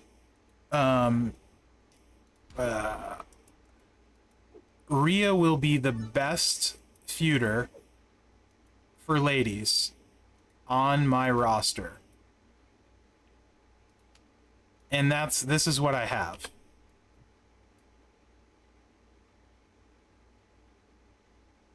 Yeah. Wow. I mean, that's as bold of a take as I've ever heard. So that's I'll take that feedback uh, as as the plan. Let's see. So yeah, but that being said, if you like Dom gameplay, and Liv does kind of have that feeling. Also, the AI plays Liv ridiculously well, so she always looks really, really good. I cascade with her all the time. I wish. Hey, Goldie, how are you? What can some? Oh, she raided. Thank you for the raid, Goldie. Can somebody explain another settlement needs your help to me? I don't get the reference. What is that? Is it from another game? It Or is. it It has to be. I don't know which one though. I want to know. Settlers of Catan? Is that Oh, it? Oh my gosh, not you too, Fifth Element. That's in Fallout 4? I don't remember. Are you playing Fallout 4? Fallout's amazing. I don't remember. Has that become a meme or something? I feel like Mayo's trolling me. Alright, whatever. Yeah. I mean, is that what they... It's been a lot of years, and I have the memory of a goldfish. I am lucky if I remember what was yesterday. Preston's the Minuteman, pretty sure. Commander. That is accurate. I remember that. I just don't remember the settlement needs your help being a thing. Sorry, I got complete... rusty. So, Brett. So, he can be fine, like, as a backup for, like, Showdown, so you have 4 MP. You know what I mean? Like... And like on a lot of rosters, like he was a decent focus boss guy for a long time. No, you're fine. It's funny. Because he's got some versatility, he's got some multi-gems and stuff. But honestly, like, it's old Hall of Fame tokens. So if you have old Hall of Fame tokens, he's not bad to work up. I don't feel like he's gonna like change your life. Okay. But with old Hall of Fame tokens, like most of the old ones, like very few are actually worth taking up other than having up. It's actually a good use of those. If you're fine on TP coin, you could easily do that. That won't hurt you at all. And I think he's got a solid training ability, if I'm not mistaken. Coach ability. For January, Hall of Fame Brett would have probably been my best Hall of Fame superstar. I was in really bad shape with the Hall of Fame era. Again, Brutus, game changer for me. And also Tori. I mean, those two coming onto my roster changed the whole category for me, which previously had been probably my worst era overall. Yeah, so Hall of Fame is rough. Ladies Hall of Fame is really rough. Tori doesn't need like crazy stuff to hit what her ceiling, you know, to hit what she hits. She can heal herself. It's she's not ever going to be a feud monster, but for where she fits into people's rosters, including mine, I mean, look at Lady Hall of Famers. This is your options. You know what I mean? Like, she helps a ton of people fill that role. So yeah, I get that. And like Hall of Fame in general is a rough month for me because what you're talking about is an issue for so many rosters, right? Like so many people struggle when it comes to Hall of Fame. And that's what makes it rough. So yeah, Brett, I think in a lot of cases, for a lot of people, Brett helps round that out, gives you more options in Showdown when it's acro for that. The Hall of Fame link is really the attraction to me for them. You can combo them with so many different things. Let's say like now all of a sudden you want to use Brutus in Showdown, you just throw Brett in the back end and you're using Brutus in the front end and you're loaded way easier, right? Makes your life easier. If you have to tag in, it makes sense that he has hit points and can live and can do some damage. So because it's older tokens, because it doesn't put a strain on other stuff, I say yeah, he's 100% worth working on. Plus he'll help you for Brett requirements, you know? So for Brett requirements, I have the newer tech Brett, and I have Hall of Fame Brett, both unleveled. Is there any feedback on that? Just that one specific. I think Brett's better tech, personally. Also, we got a guy in our faction that has him silver, and I believe it's purple, guys. Correct me if I'm wrong. I don't have tech, Dusty. Bill's Mafia, that's weird.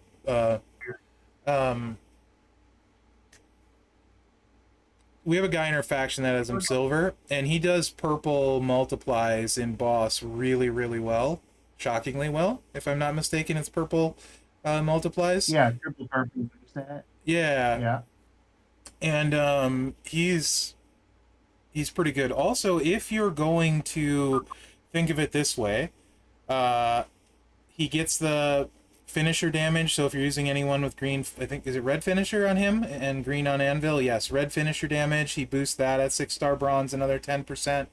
But also, if you end up leveling the Andre moment to max, you need a bunch of them at 6-star anyway. So him and Anvil and Andre are your three that you want to do for sure because they're your better ones. So if you're saying one or the other, I think Right. Tech Brett is the better of the two, right? For multiple reasons. He fits more stuff, but there is the caveat that Hall of Fame Brett, you can use the Hall of Fame link and have him charged and loaded, or on the back end to load your people. So they both have their fairness. You know what I mean? Yeah, it's good. Showboat, my favorite class in the game. I think it's the deepest class, although a lot of that depth is top heavy. You know, what do you like about One your note. show? Oh yeah, go ahead. One note about my showboats. That is the preview KO that I will be taken from me, and I will be getting the just the normal MLC KO. So Same just as you're looking at it. same boat as you. It's taken him forever to get that one off this time. Oh well, could be worse, right? Who's your favorites on your roster, and why do you like them, and all that jazz? I really like Showboat Valor, Mm-hmm. for all of the reasons that you put in your preview of him. Just that it's really hard to lose with him. It's really hard for them to get damage through, and I like the triple yellow move set. It's kind of grindy Mm-hmm. and sub down my opponent, and then do a ton of damage from those protect gems. Uh, I like Grayson Waller, but he just doesn't hit hard enough. I Mm-hmm. like his versatility. I got one of the gears, not the loudmouth. I got the other gear Okay. for him. Um, Female showboats. I don't. Okay, recently I got showboat Bailey damage control, Mm-hmm. and I'm excited to get her up. I only have her at 4 star, but I'm optimistic that I finally have a decent female showboat. She's solid. Like she's kind of like Gable. You know what I mean? Like in the sense that like it's very hard to lose with her. There's a bunch of different ways you can play her. She's not super fast, but I will say um it feels like to me, and maybe I'm wrong, ladies feud is a much slower pace in general than guys feuds. It seems like with a few exceptions, most of the lady characters aren't as fast, and maybe that's just because we don't have as many. Things like Rhea are definitely changing that, like the Acro Rhea, and then of course there's some we've talked about that change that. So I think as far as ladies go at Showboat, like none of them are fast. Like super fast. So like whether you want to use Lita, Bailey, Tori, I mean Tori with moments a little bit better. I don't have that moment. It's super hard to get. Um, I think Bailey's a fine one. Plus 6-star training ability. So no, I would give that the 2 thumbs up to work up. I will say, yeah, thanks Goldie.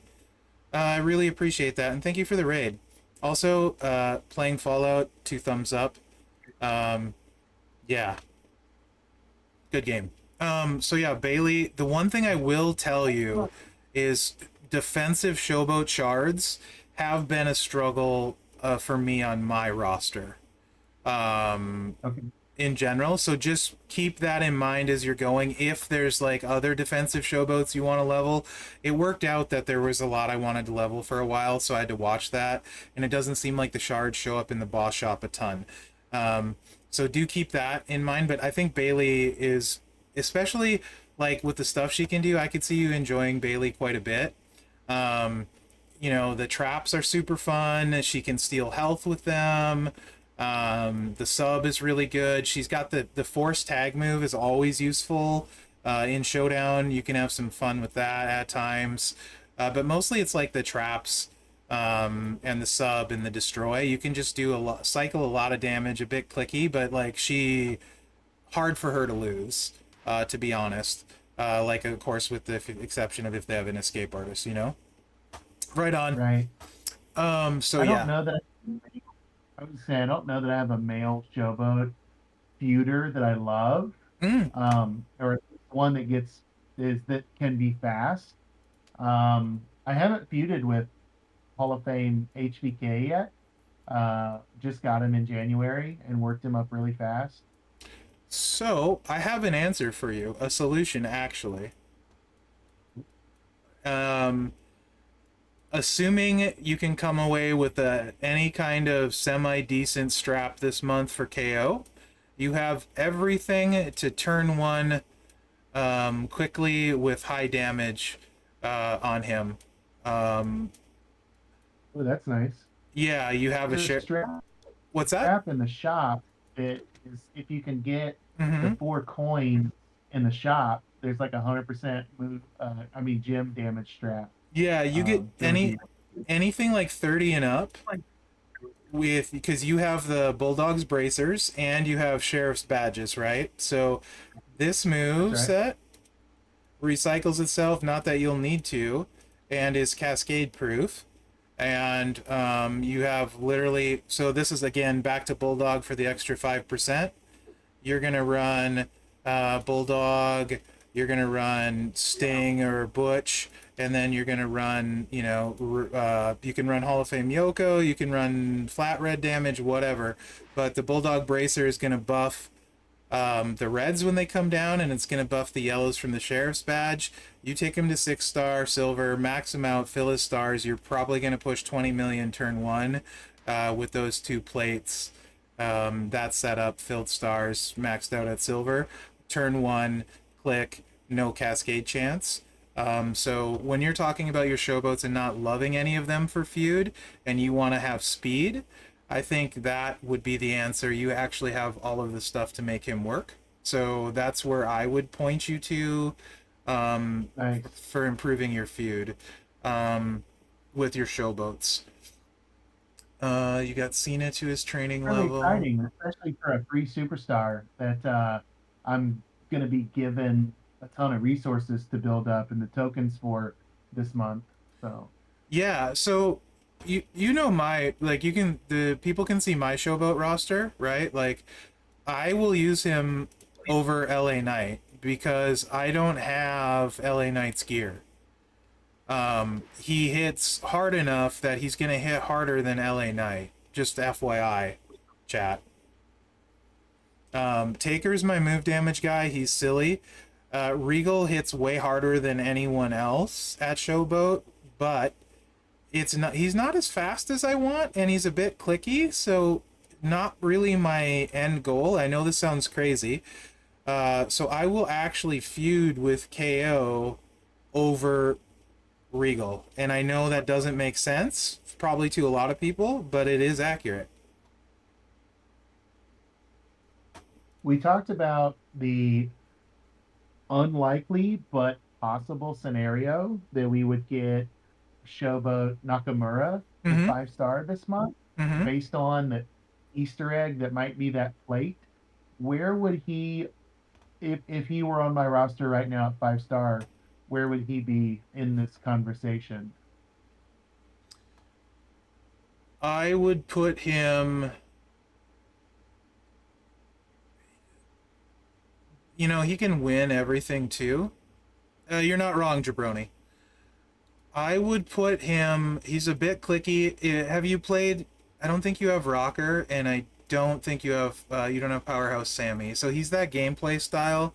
Although he's clickier than all of them a bit, Yeah, but those. he can beat pretty much anyone. I would probably put him like behind KO, but ahead of everyone else that you have. Okay, no, that's good feedback. I'm just making a note, and Jabroni might be right. Like maybe it's not Showboat. What if it's Striker Nakamura, right? One of the older um, posters in the game. Mm-hmm. That would not be nearly as exciting from based on my current both Striker and Showboat lineup. Mm-hmm. That would be a bummer. I didn't see Hall of Fame Ray. Did you miss Ray? You said you don't have many Hall of Famers going into it, so I'm assuming that's a yes. Yeah, I was on a cruise the first Oh, week of the contest, so I didn't get the first coin, and I just didn't try hard. I think I ended up with 2 coins, and I just grabbed some shards with them. Okay. So, whoops. Because I would put him, just for reference, I actually like KO more because he needs less stuff, like less rare stuff, and you don't have the plates like to top end Ray. But Ray is really good too for those people watching. He would be up there on most people's Showboat list if you got him as well. So wanted to mention that. Oh, also, Bailey, if you ever want to switch Nikita to triple green, Bailey's clutch for triple green Nikita. Nice.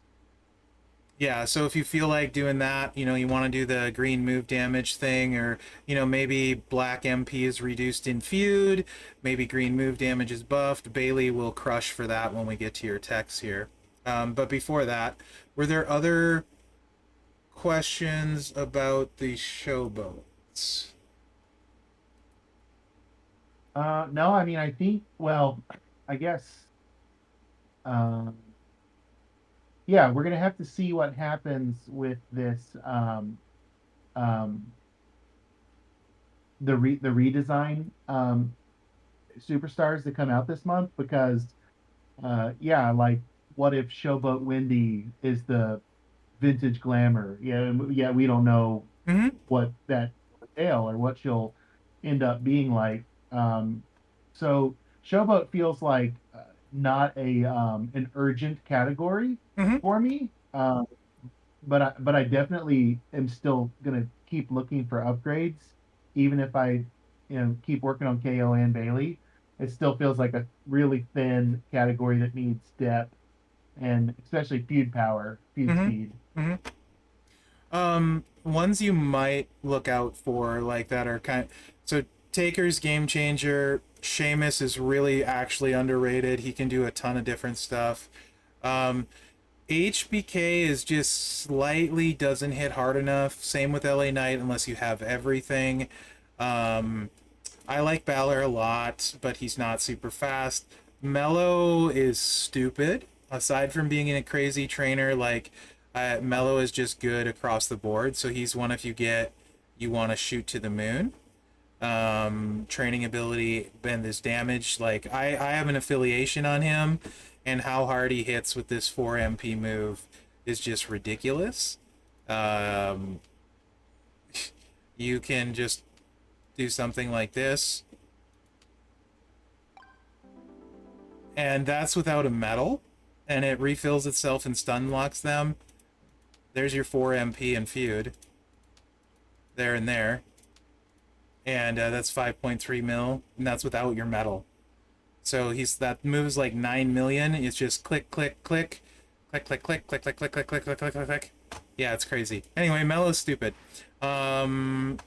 Who else at Showboat might you look for? I think. Oh, the Samu dude who I didn't get is ridiculously good too. He's move damage based. I don't have him.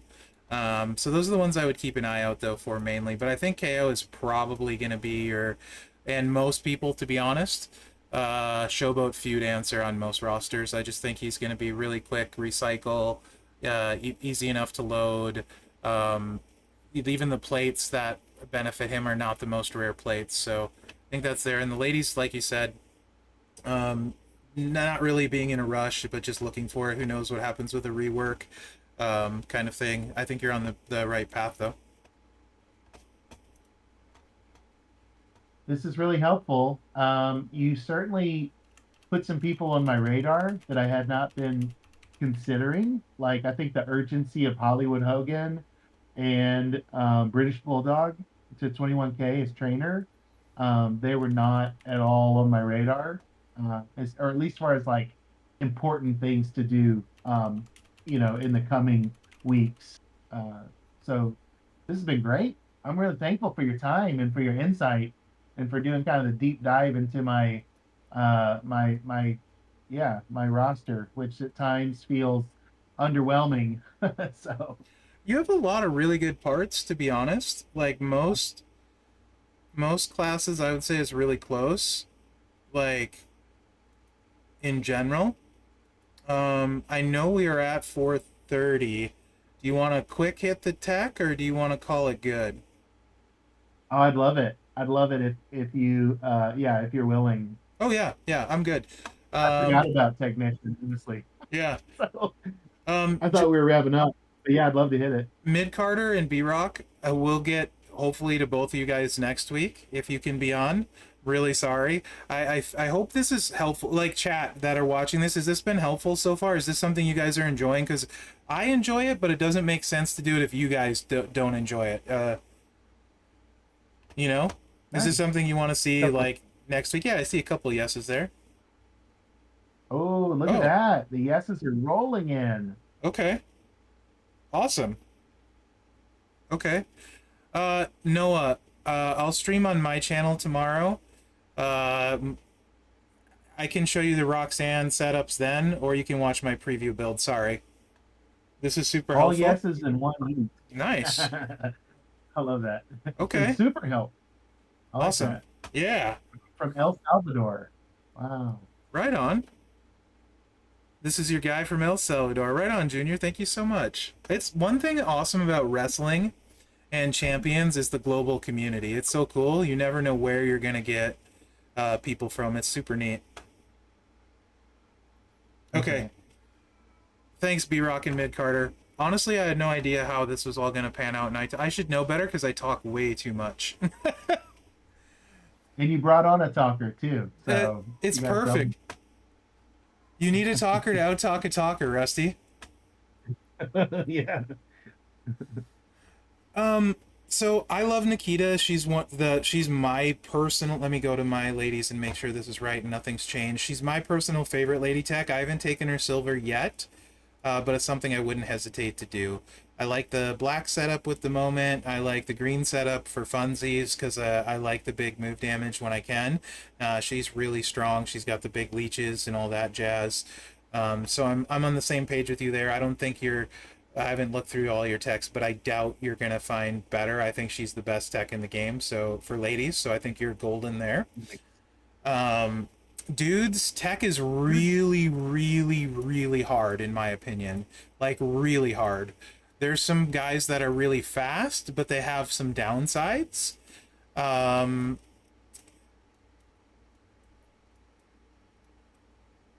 So, what do we got? I know you want Cody, and if you get Cody's going to the moon, and I won't argue against that. Right? That's right. He's awesome.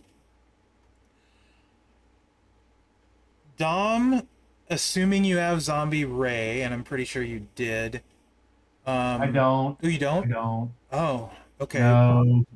That's the one thing he really needs, but he also has a negative, is if you get pinned, you're hosed. You're done, you're dead in the water. Right? So let's say you get Ray in Spring Outbreak, for example, and you're like, man, I want to take Dom up because he's awesome at boss battle. He is actually really fast in Feud because it's 3 clicks, you're not placing, even though there's a sub. But it's really, if they cascade at all, they pin you, and then you go off and there's nothing, and you're stuck there forever. If that happens, just literally reset your game and reload into Feud and have your health be at 1 and use someone else, because it takes too long. It's not worth the time. When Dom goes right with Ray, it's ridiculous how hard he hits, and it's insane. But you will get pinned. He will drive you nuts.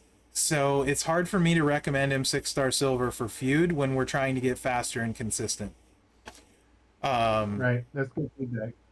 Kaiser, if you had a drip plate, I would say in a heartbeat do it. Without a drip, I actually kind of like Triple Yellow Vinci, who you have up there anyway. He won't get huge gains from silver, though. And he's not a speed demon, but he is a much safer sub guy, in the sense that he refills his own sub every turn. You know how most sub guys, after the sub, you know, they get a 3 match, it reloads them, and then you're doing the move off of the sub, and then if they get their turn again, they're loaded because you didn't have time to make it happen. Vinci's subbing every single turn, so it's less risky, right? So I do like him. Cowboy Bob is ridiculous against any powerhouse, but I feel like we don't see as many powerhouses. Maybe to consistently find one, and if you do, 6-star bronze is plenty. But do you want to take a specific to powerhouse person into a feud lineup when it's most likely going to have to be in an open slot? You know what I mean? Because Legend Tech probably isn't fitting in very many slots that aren't open most feuds. So I don't think Bob is necessarily the answer just to counter powerhouses in a lot of cases. Right. Drew doesn't have the oomph anymore. X-Pac's solid, but he's not, again, a speed demon kind of guy. I think Vinci's a safer version than X-Pac, to be honest. Bob has the crazy big sub and the stun, but again, if you're using a sub, I just feel like Vinci's safer. Back to that. Kaiser can hit really hard, but it's more of a drip plate build. These guys are okay, right? Like Shamrock is okay. Another guy that the Sigil is great on, by the way, but he's not a speed demon. Lex is okay, Theory is okay, but they're not massive upgrades at speed, which is what we're looking for in consistency. So, like I said, tech is really, really, really difficult. I feel like Razor's way overrated, to be honest. This is the most interesting one that I see, but he can also boom or bust of the ones you don't have leveled, right? You know Tech Steiner, like he's really good, stun lock, but he kind of runs out of speed against silvers, yeah? Oh yeah, yeah. It's just it's. I always say it's the Acro Eddie, right? You're gonna win the feud, but you're gonna do it in 10 turns. Yeah, yeah. It's gonna be so. So, really, I think when I look at your roster from the dude perspective, I feel like this might be your weakest feuding class as far as speed. Because once you get JBL up, I think you're going to be fine at like striker speed, and then you have Butch is great speed wise against like 6-star bronzes and stuff. Yeah. I feel like this is the tricky one. Showboat KO will, Balor's fun and wins, but KO will be a speed upgrade to Balor. Acro, maybe Acro is probably the roughest, although Dom's going to beat everyone. Cena can also beat everyone pretty much, but speed can be an issue, getting a pin kind of things. Bob, if you ever want to do one of these, you are more than welcome to. We would probably spend so much time debating stuff we wouldn't get out of the first class, because Bob and I have years of history of doing this. And also, it would kind of seem, what's the word I'm looking for? Silly for me to give you advice on anything feud related, since you're one of the fastest, certainly, feuders in the game. I consider myself a good feuder when I want to be, but not on the top tier of I can win number one a feud, like first place. So I feel like that would be counterproductive to give you feud advice. But maybe you want to talk about who's fun to build just for fun. Oh, apparently somebody followed my channel. Sorry, guys. That's great. Yeah, so I feel like I said, this is maybe one of your rougher ones. Like, you could do Bob, but how do you really want that in an open slot to take up just against powerhouses? If it's a heavy powerhouse feud, sure. I feel like Vinci is probably fine-ish while you wait. And that waiting would probably be for Cody. I don't know what you have. Yeah, right, Bob? It's just fun. And that could be fun, too, to talk that stuff. But Pat Patterson is interesting to me. I don't have enough first-hand experience. Benny did a good video on him. Some people like him. I don't know, though, that I don't know that I'm comfortable enough with him to say, yeah, he could change your tech feuding life over what you have, because I haven't personally done enough with him. He's not even 6-star bronze for me on my roster. He's the one, other than like Tech Brett, like we talked a little bit about earlier, Those are the two that I would maybe think about. He also gets the training ability upgrade at 6-star bronze as well, so he's worth it there. I don't blue move damage and blue MP, I believe. I don't know why mine isn't 6-star yet. So those are probably the two that jump out, but I feel like there's nothing that's you're gonna be like, okay, I'm feuding way faster than like probably with Vinci, you know? Tech is just one of those that there's a very limited amount of super fast ones, and the fast ones sometimes need really good stuff to be safe. So even Cody, right? Like you have the cascade risk. So without a Judgment Day plate, I personally wouldn't use Cody in feud other than when I have to, because I cascade a lot and I try to stay away from that. But he hits super hard and you can get through it really fast. So when you get to him, and if you're a Mark, that's a better reason even. When you get to him, I think he's worth it. If you had a Sheik plate, someone like Sammy you can do damage with, but he's not fast enough. So there's just not a ton of super fast, great feuding options without really good excessive stuff at tech. I could be wrong there, but that I've noticed so far. That's my take on it. I think, like, you know what it is. Stunlock with Steiner. Vinci's going to be probably 2-cycle wins with the triple yellow. So should Steiner go to silver? I don't know that he helps you enough. I mean, really, like, so yes, he the bleed doesn't get any bigger, right? You're running triple purple, yeah? Yeah. Yeah, the bleed doesn't. Showdown, I like the green because Mhm. the Steiner league. Mm-hmm. See, Steiner's might be my favorite showdown pair now. That makes sense. Requirement. Mm-hmm. That definitely makes sense because you stun lock, you're gonna win your showdown, and that's the main thing. Just win the match, right? Like with showdown, because we're not, so that's pretty huge. I mean, I don't have the purple gym coach either. So that's a bummer. the problem is it's just a board, and this is funny, we say this now.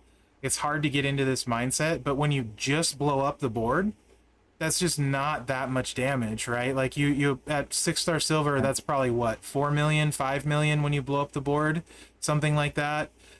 Without a buff, like if there's no buff, if there's no multiplies, if there's nothing special like trap gems that add a ton of damage. I mean, so you could conceivably, there's probably something where you could sub, get the multiplies.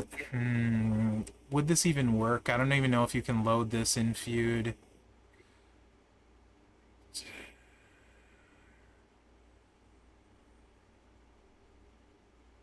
If you could load, you know what you could do, and this might be worth trying. You're stun locking them anyway, right? The bleed is nice, but at silver, it doesn't really do much for you, right? Like 1 million, 2 million bleed at silver is nothing, right? Mm-hmm. You could maybe go with the sub, keep playing him almost the same way you do anyway, and use the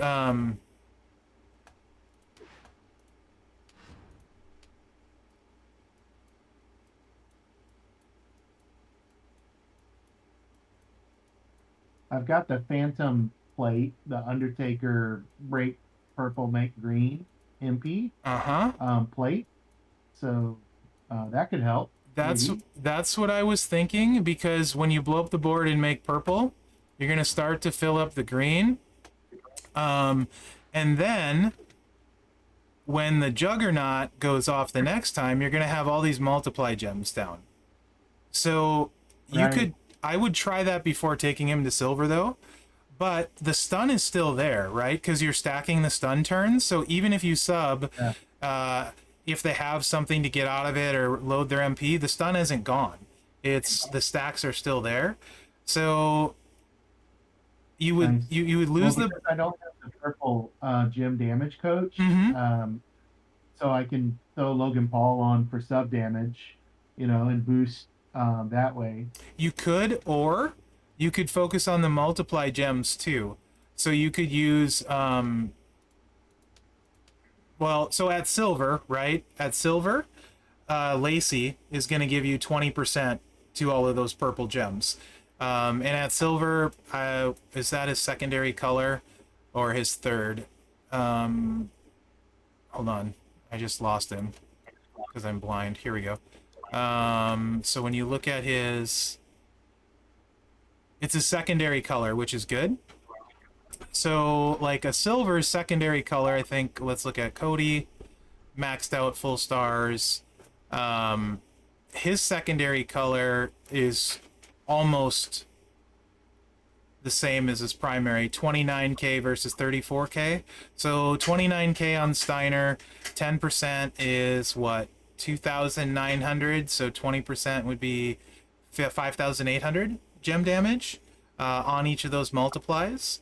So Lacey wouldn't be bad, and then if you have Zombie Gunther, so that's 60%. So you could run Zombie Gunther and Lacey to buff those same gems. Okay. And do it that way. And buff the multiplies that way. Because, you're going to have... they're times 3s, so while it's not crazy, it would be more. Certainly more gem damage. I don't know if that speeds it up enough to matter, but that is a good tech you have, and if you tried it, what I would do is try that at 6-star bronze, compare it to Vinci's speed, and see which works better for you. But I do like the fact that the stun would stay there, so even if things went wrong during the sub, it wouldn't matter, they'd still be stunned. Has anyone tried Steiner that way? In chat? Go ahead. I was just saying there was one boss battle where we needed multiply and purple, and I think I ran that. But boss battle is such an unrealistic test environment for Feud. Mm-hmm. But I think I did set up like that.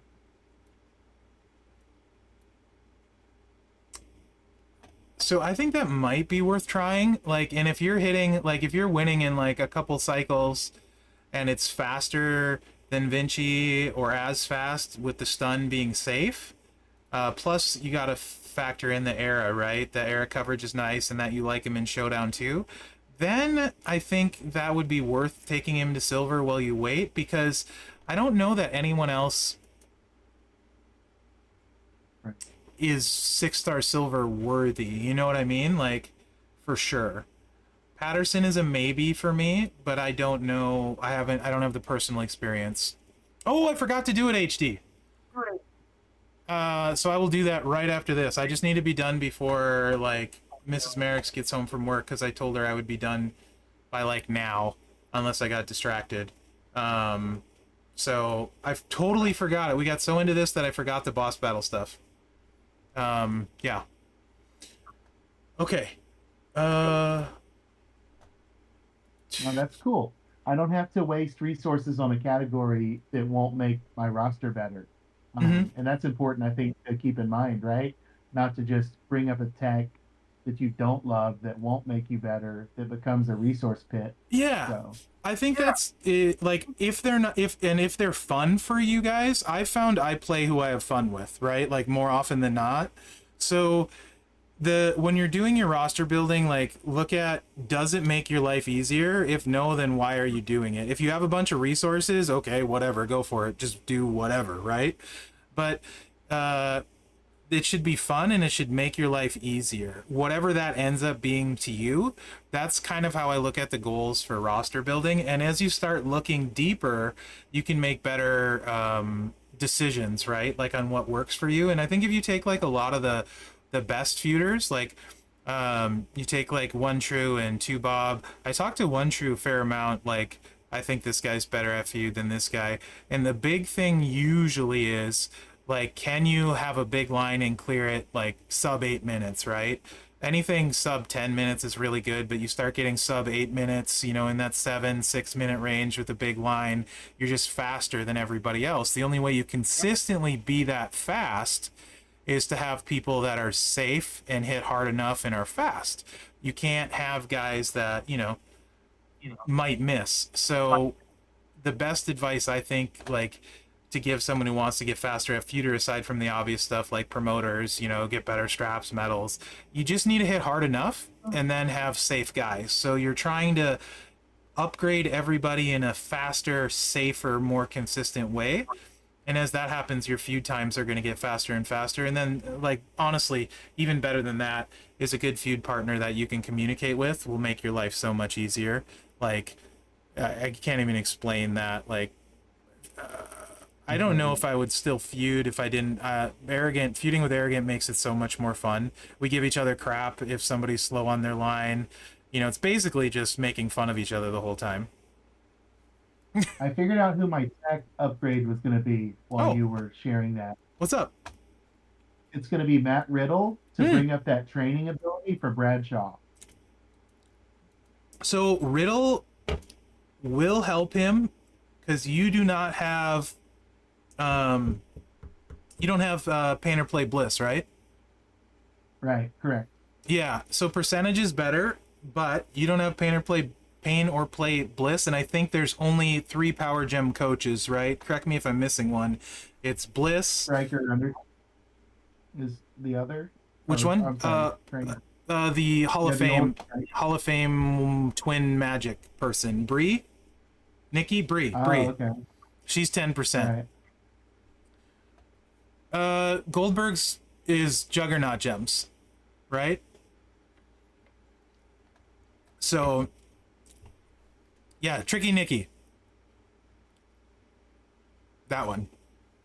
Yeah, so Tricky Nikki, Hall of Fame, and if you don't have Pair, Play Bliss, Riddle, yes. You can also use flat black gem damage for when he puts the block of black gems out. You could do that too at coach, whatever you prefer.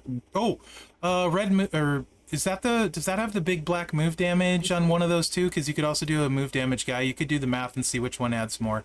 And then, sorry, I'm kind of hyper. But yes, Riddle's a great one because that also will help you in tours with anyone that uses power gems. So 100% agree with that. Yeah. Am I forgetting anything else? You got any other questions? I think that's it. The chat keeps bringing up boss battle, so they probably would love to hear your take on this battle. Well, I don't know if I'll have time to get into it, but I will show you the thing, and I will also record this to post a video for people that miss it. It's really short, so it's not a ton of boss info, but it's the important stuff, really. What's going to happen on the turn order, health, that kind of stuff. So let me switch over to that, guys. And you can feel free to interject, even if I'm recording, Rusty. I do not care. I was going to mute. No, you don't need to. Also, really, I've had a lot of fun. It's really nice. Like, so we can get through so much more in voice chat than like if we were trying to type this back and forth in chat. So hopefully it works as well as I want it to that way. I might not be able to go in this level of depth for everyone else, but I really want to thank you, Rusty, because this is fun for me. I enjoy talking about this stuff a lot. And seeing other people's rosters is really helpful to me too, to try and stay in touch with content in general. Like sometimes I don't realize, like when you look at your text, like how few options maybe there are sometimes, or you know, your strikers until JBL or your acros. It just really helps to keep things like in perspective on what a lot of different rosters can look like. So thank you very much. Yeah, this has been fun for me as well. Also, if you want, like, you know, 6 months down the road or ever, if we want to do this again and like see the progress you've made, that could be fun too. Yeah, that would be cool. I'll come back all wailed out. Yeah, Rusty the Wheel. Let me check. Maybe an orca. I don't know. I just got a super funny DM. The person that sent it to me knows who they are. That's hilarious. Oh, Goldberg does create power gems and juggernauts. I did not know that, Lee. Thank you. I thought he was just the extra juggy gem. He does create 2 extra power gems. Nice. Okay, again, B-Rock and Mid-Carter, sorry. Hopefully next Tuesday we can get to more. And everyone else, like, obviously it'll be hard. I don't think I can get to everyone, but I do want to try and slowly go through these. So hopefully we can... There's my Twitch alert going off. I should probably turn that off. Hopefully we can get through these, and again, people can learn from everyone else's stuff. Thanks again, Rusty. Let's look at the blog before people murder me. Okay, pull that up. Pull this up. Oh, okay.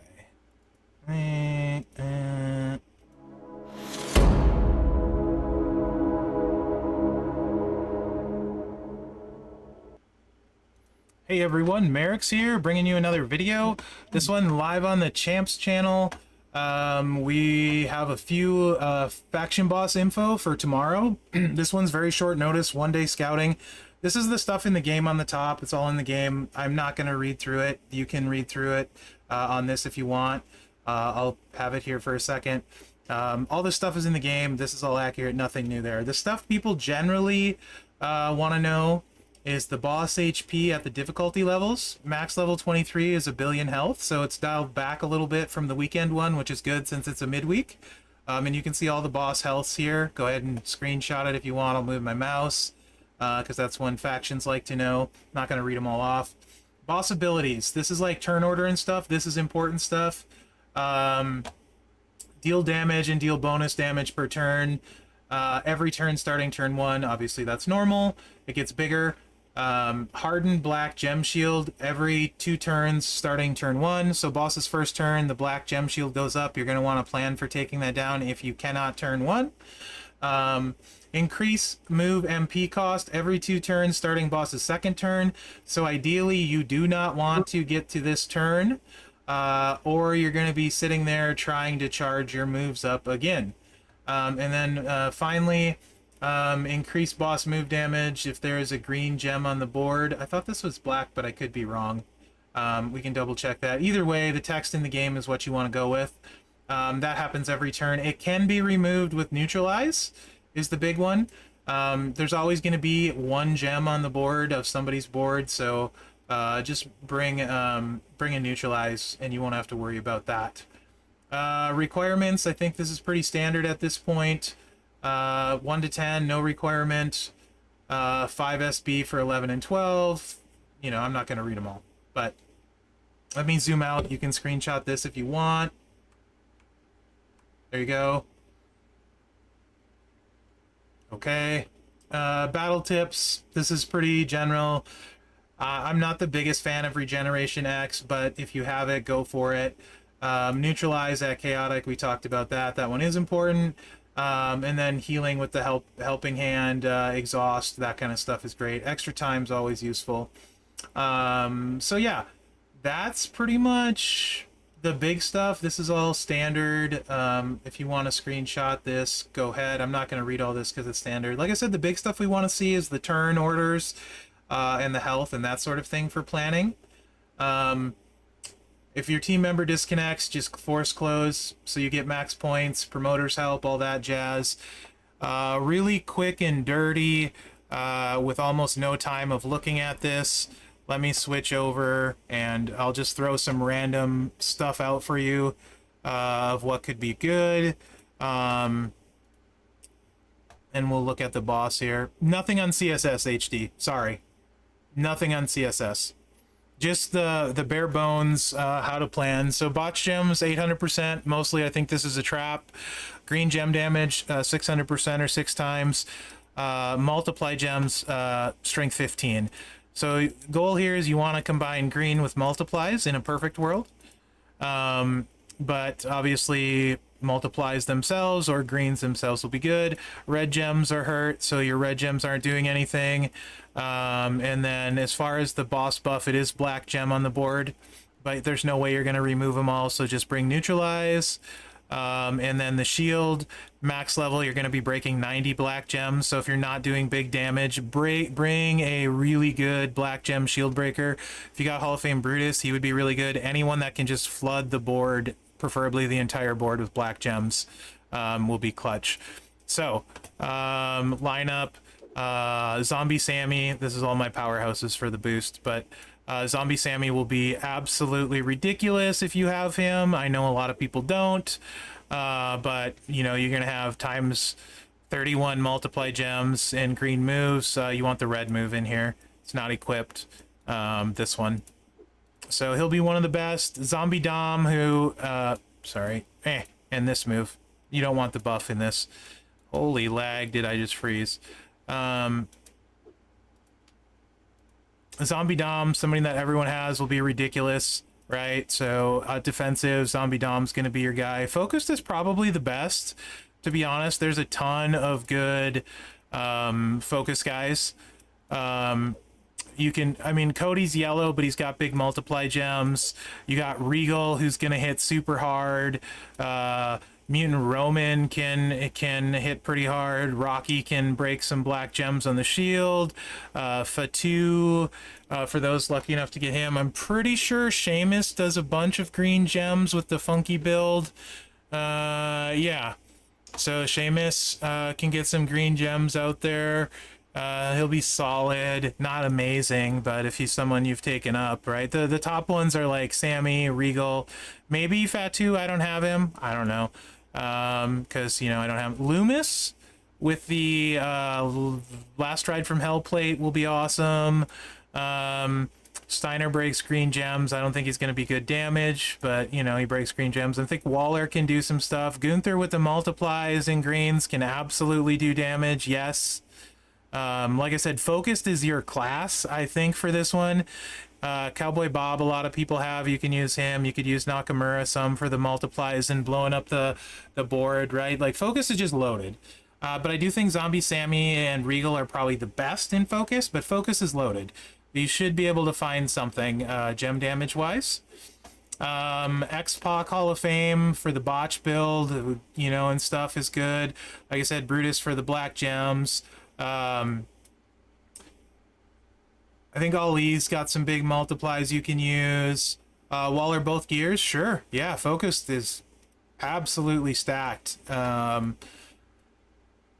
Shamrock, I think, is in this one. He's got botches that turn into green, so if you've leveled Shamrock up, you know, he'll be okay. I think he can also do black gems to help with the shield, which would be more important. Again, keep in mind, you want to get through that shield right away so you don't have to see turn 3 and get stuck in that down MP and just being slow if you can't win turn 1. But there's tons of solid people in these, right? No, Corbin's botch move won't hit harder, if anyone's asking. Breaker would be good for the shield, absolutely. D-Lo will be great again. D-Lo's been good in so many bosses, so D-Lo in Chaotic. Someone like Wesley can be okay. Nakamura should be really good with his green stuff going on. Yeah, I mentioned Hall of Fame X-Pac in that one, yep. Does this KO do green? Maybe. There's lots of stuff to use in general. This one doesn't seem hard. Taker can do green, but, you know, not crazy damage, so a lot of decent stuff. Someone like Steiner's multiply gems will be buffed off of the sub and they'll stay there, but it's random, so there's a lot of stuff you can do. Sako does do both, yes, but I don't know if he hits hard enough. KO does do green, yeah, so there's a good one. KO. Dom just seems to be the choice here to me. Who else gets big multiply gems or multiply gems in green? Oh, Angle can do some work. He's got all those multiply gems, so you could do Angle. Not specifically green, but you could definitely do him. Snoop probably could do some stuff with green. Animation's a little slow, though. Like I said, this is super quick and dirty just glancing through it.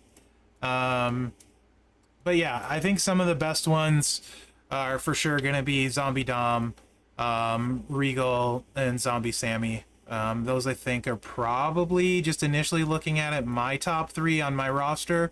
Could be some ones I don't have that I'm forgetting about, but I think those are probably going to be the top 3 hardest hitters.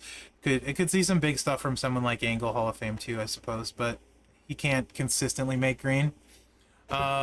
Anyway, hopefully you enjoyed this really short video.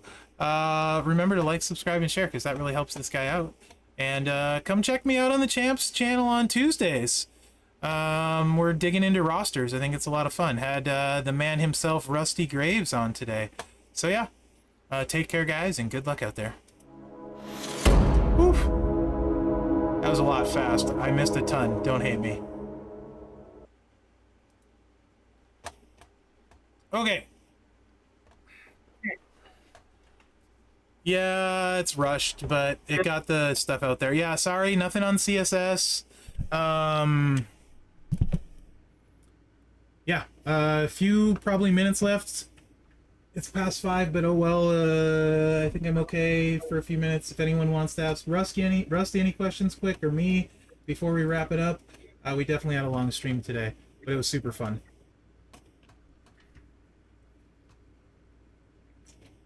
I totally need that drink of caffeine after that, Rusty. Ah, I think the question that people are probably going to ask is like, will this blog be published, or was this only for the reading? That seems to come up a lot with midweek bosses. Do you have any idea about that? I don't. Honestly, as short as this one is, like without CSS listing and stuff, I don't know if he'll publish it or not. To be honest, I didn't ask. This was kind of last minute that he gave me, which was nice. I'd been focused on trying to get this. It's never published. Okay, thanks HD. I'll post the video on the YouTubes, but I'm trying to make sure I had things ready for this, and I had no idea how it was gonna work out. It was a lot more fun than I thought I'd like it, but I thought it was more fun than I anticipated. And as long as Twitch is also having fun with it, like I'm actually really excited about this for Tuesdays.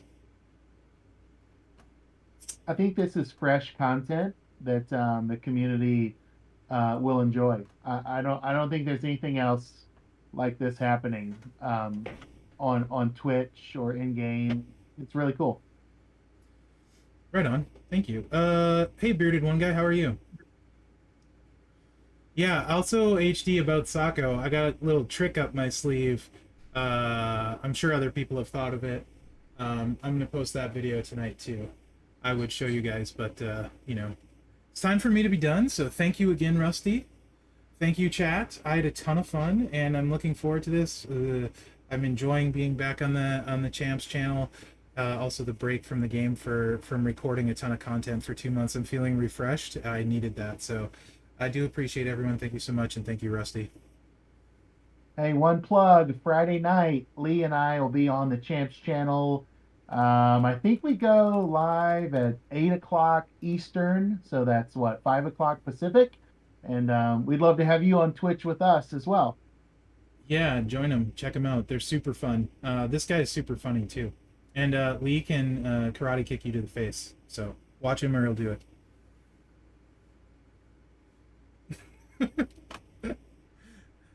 Take care, guys.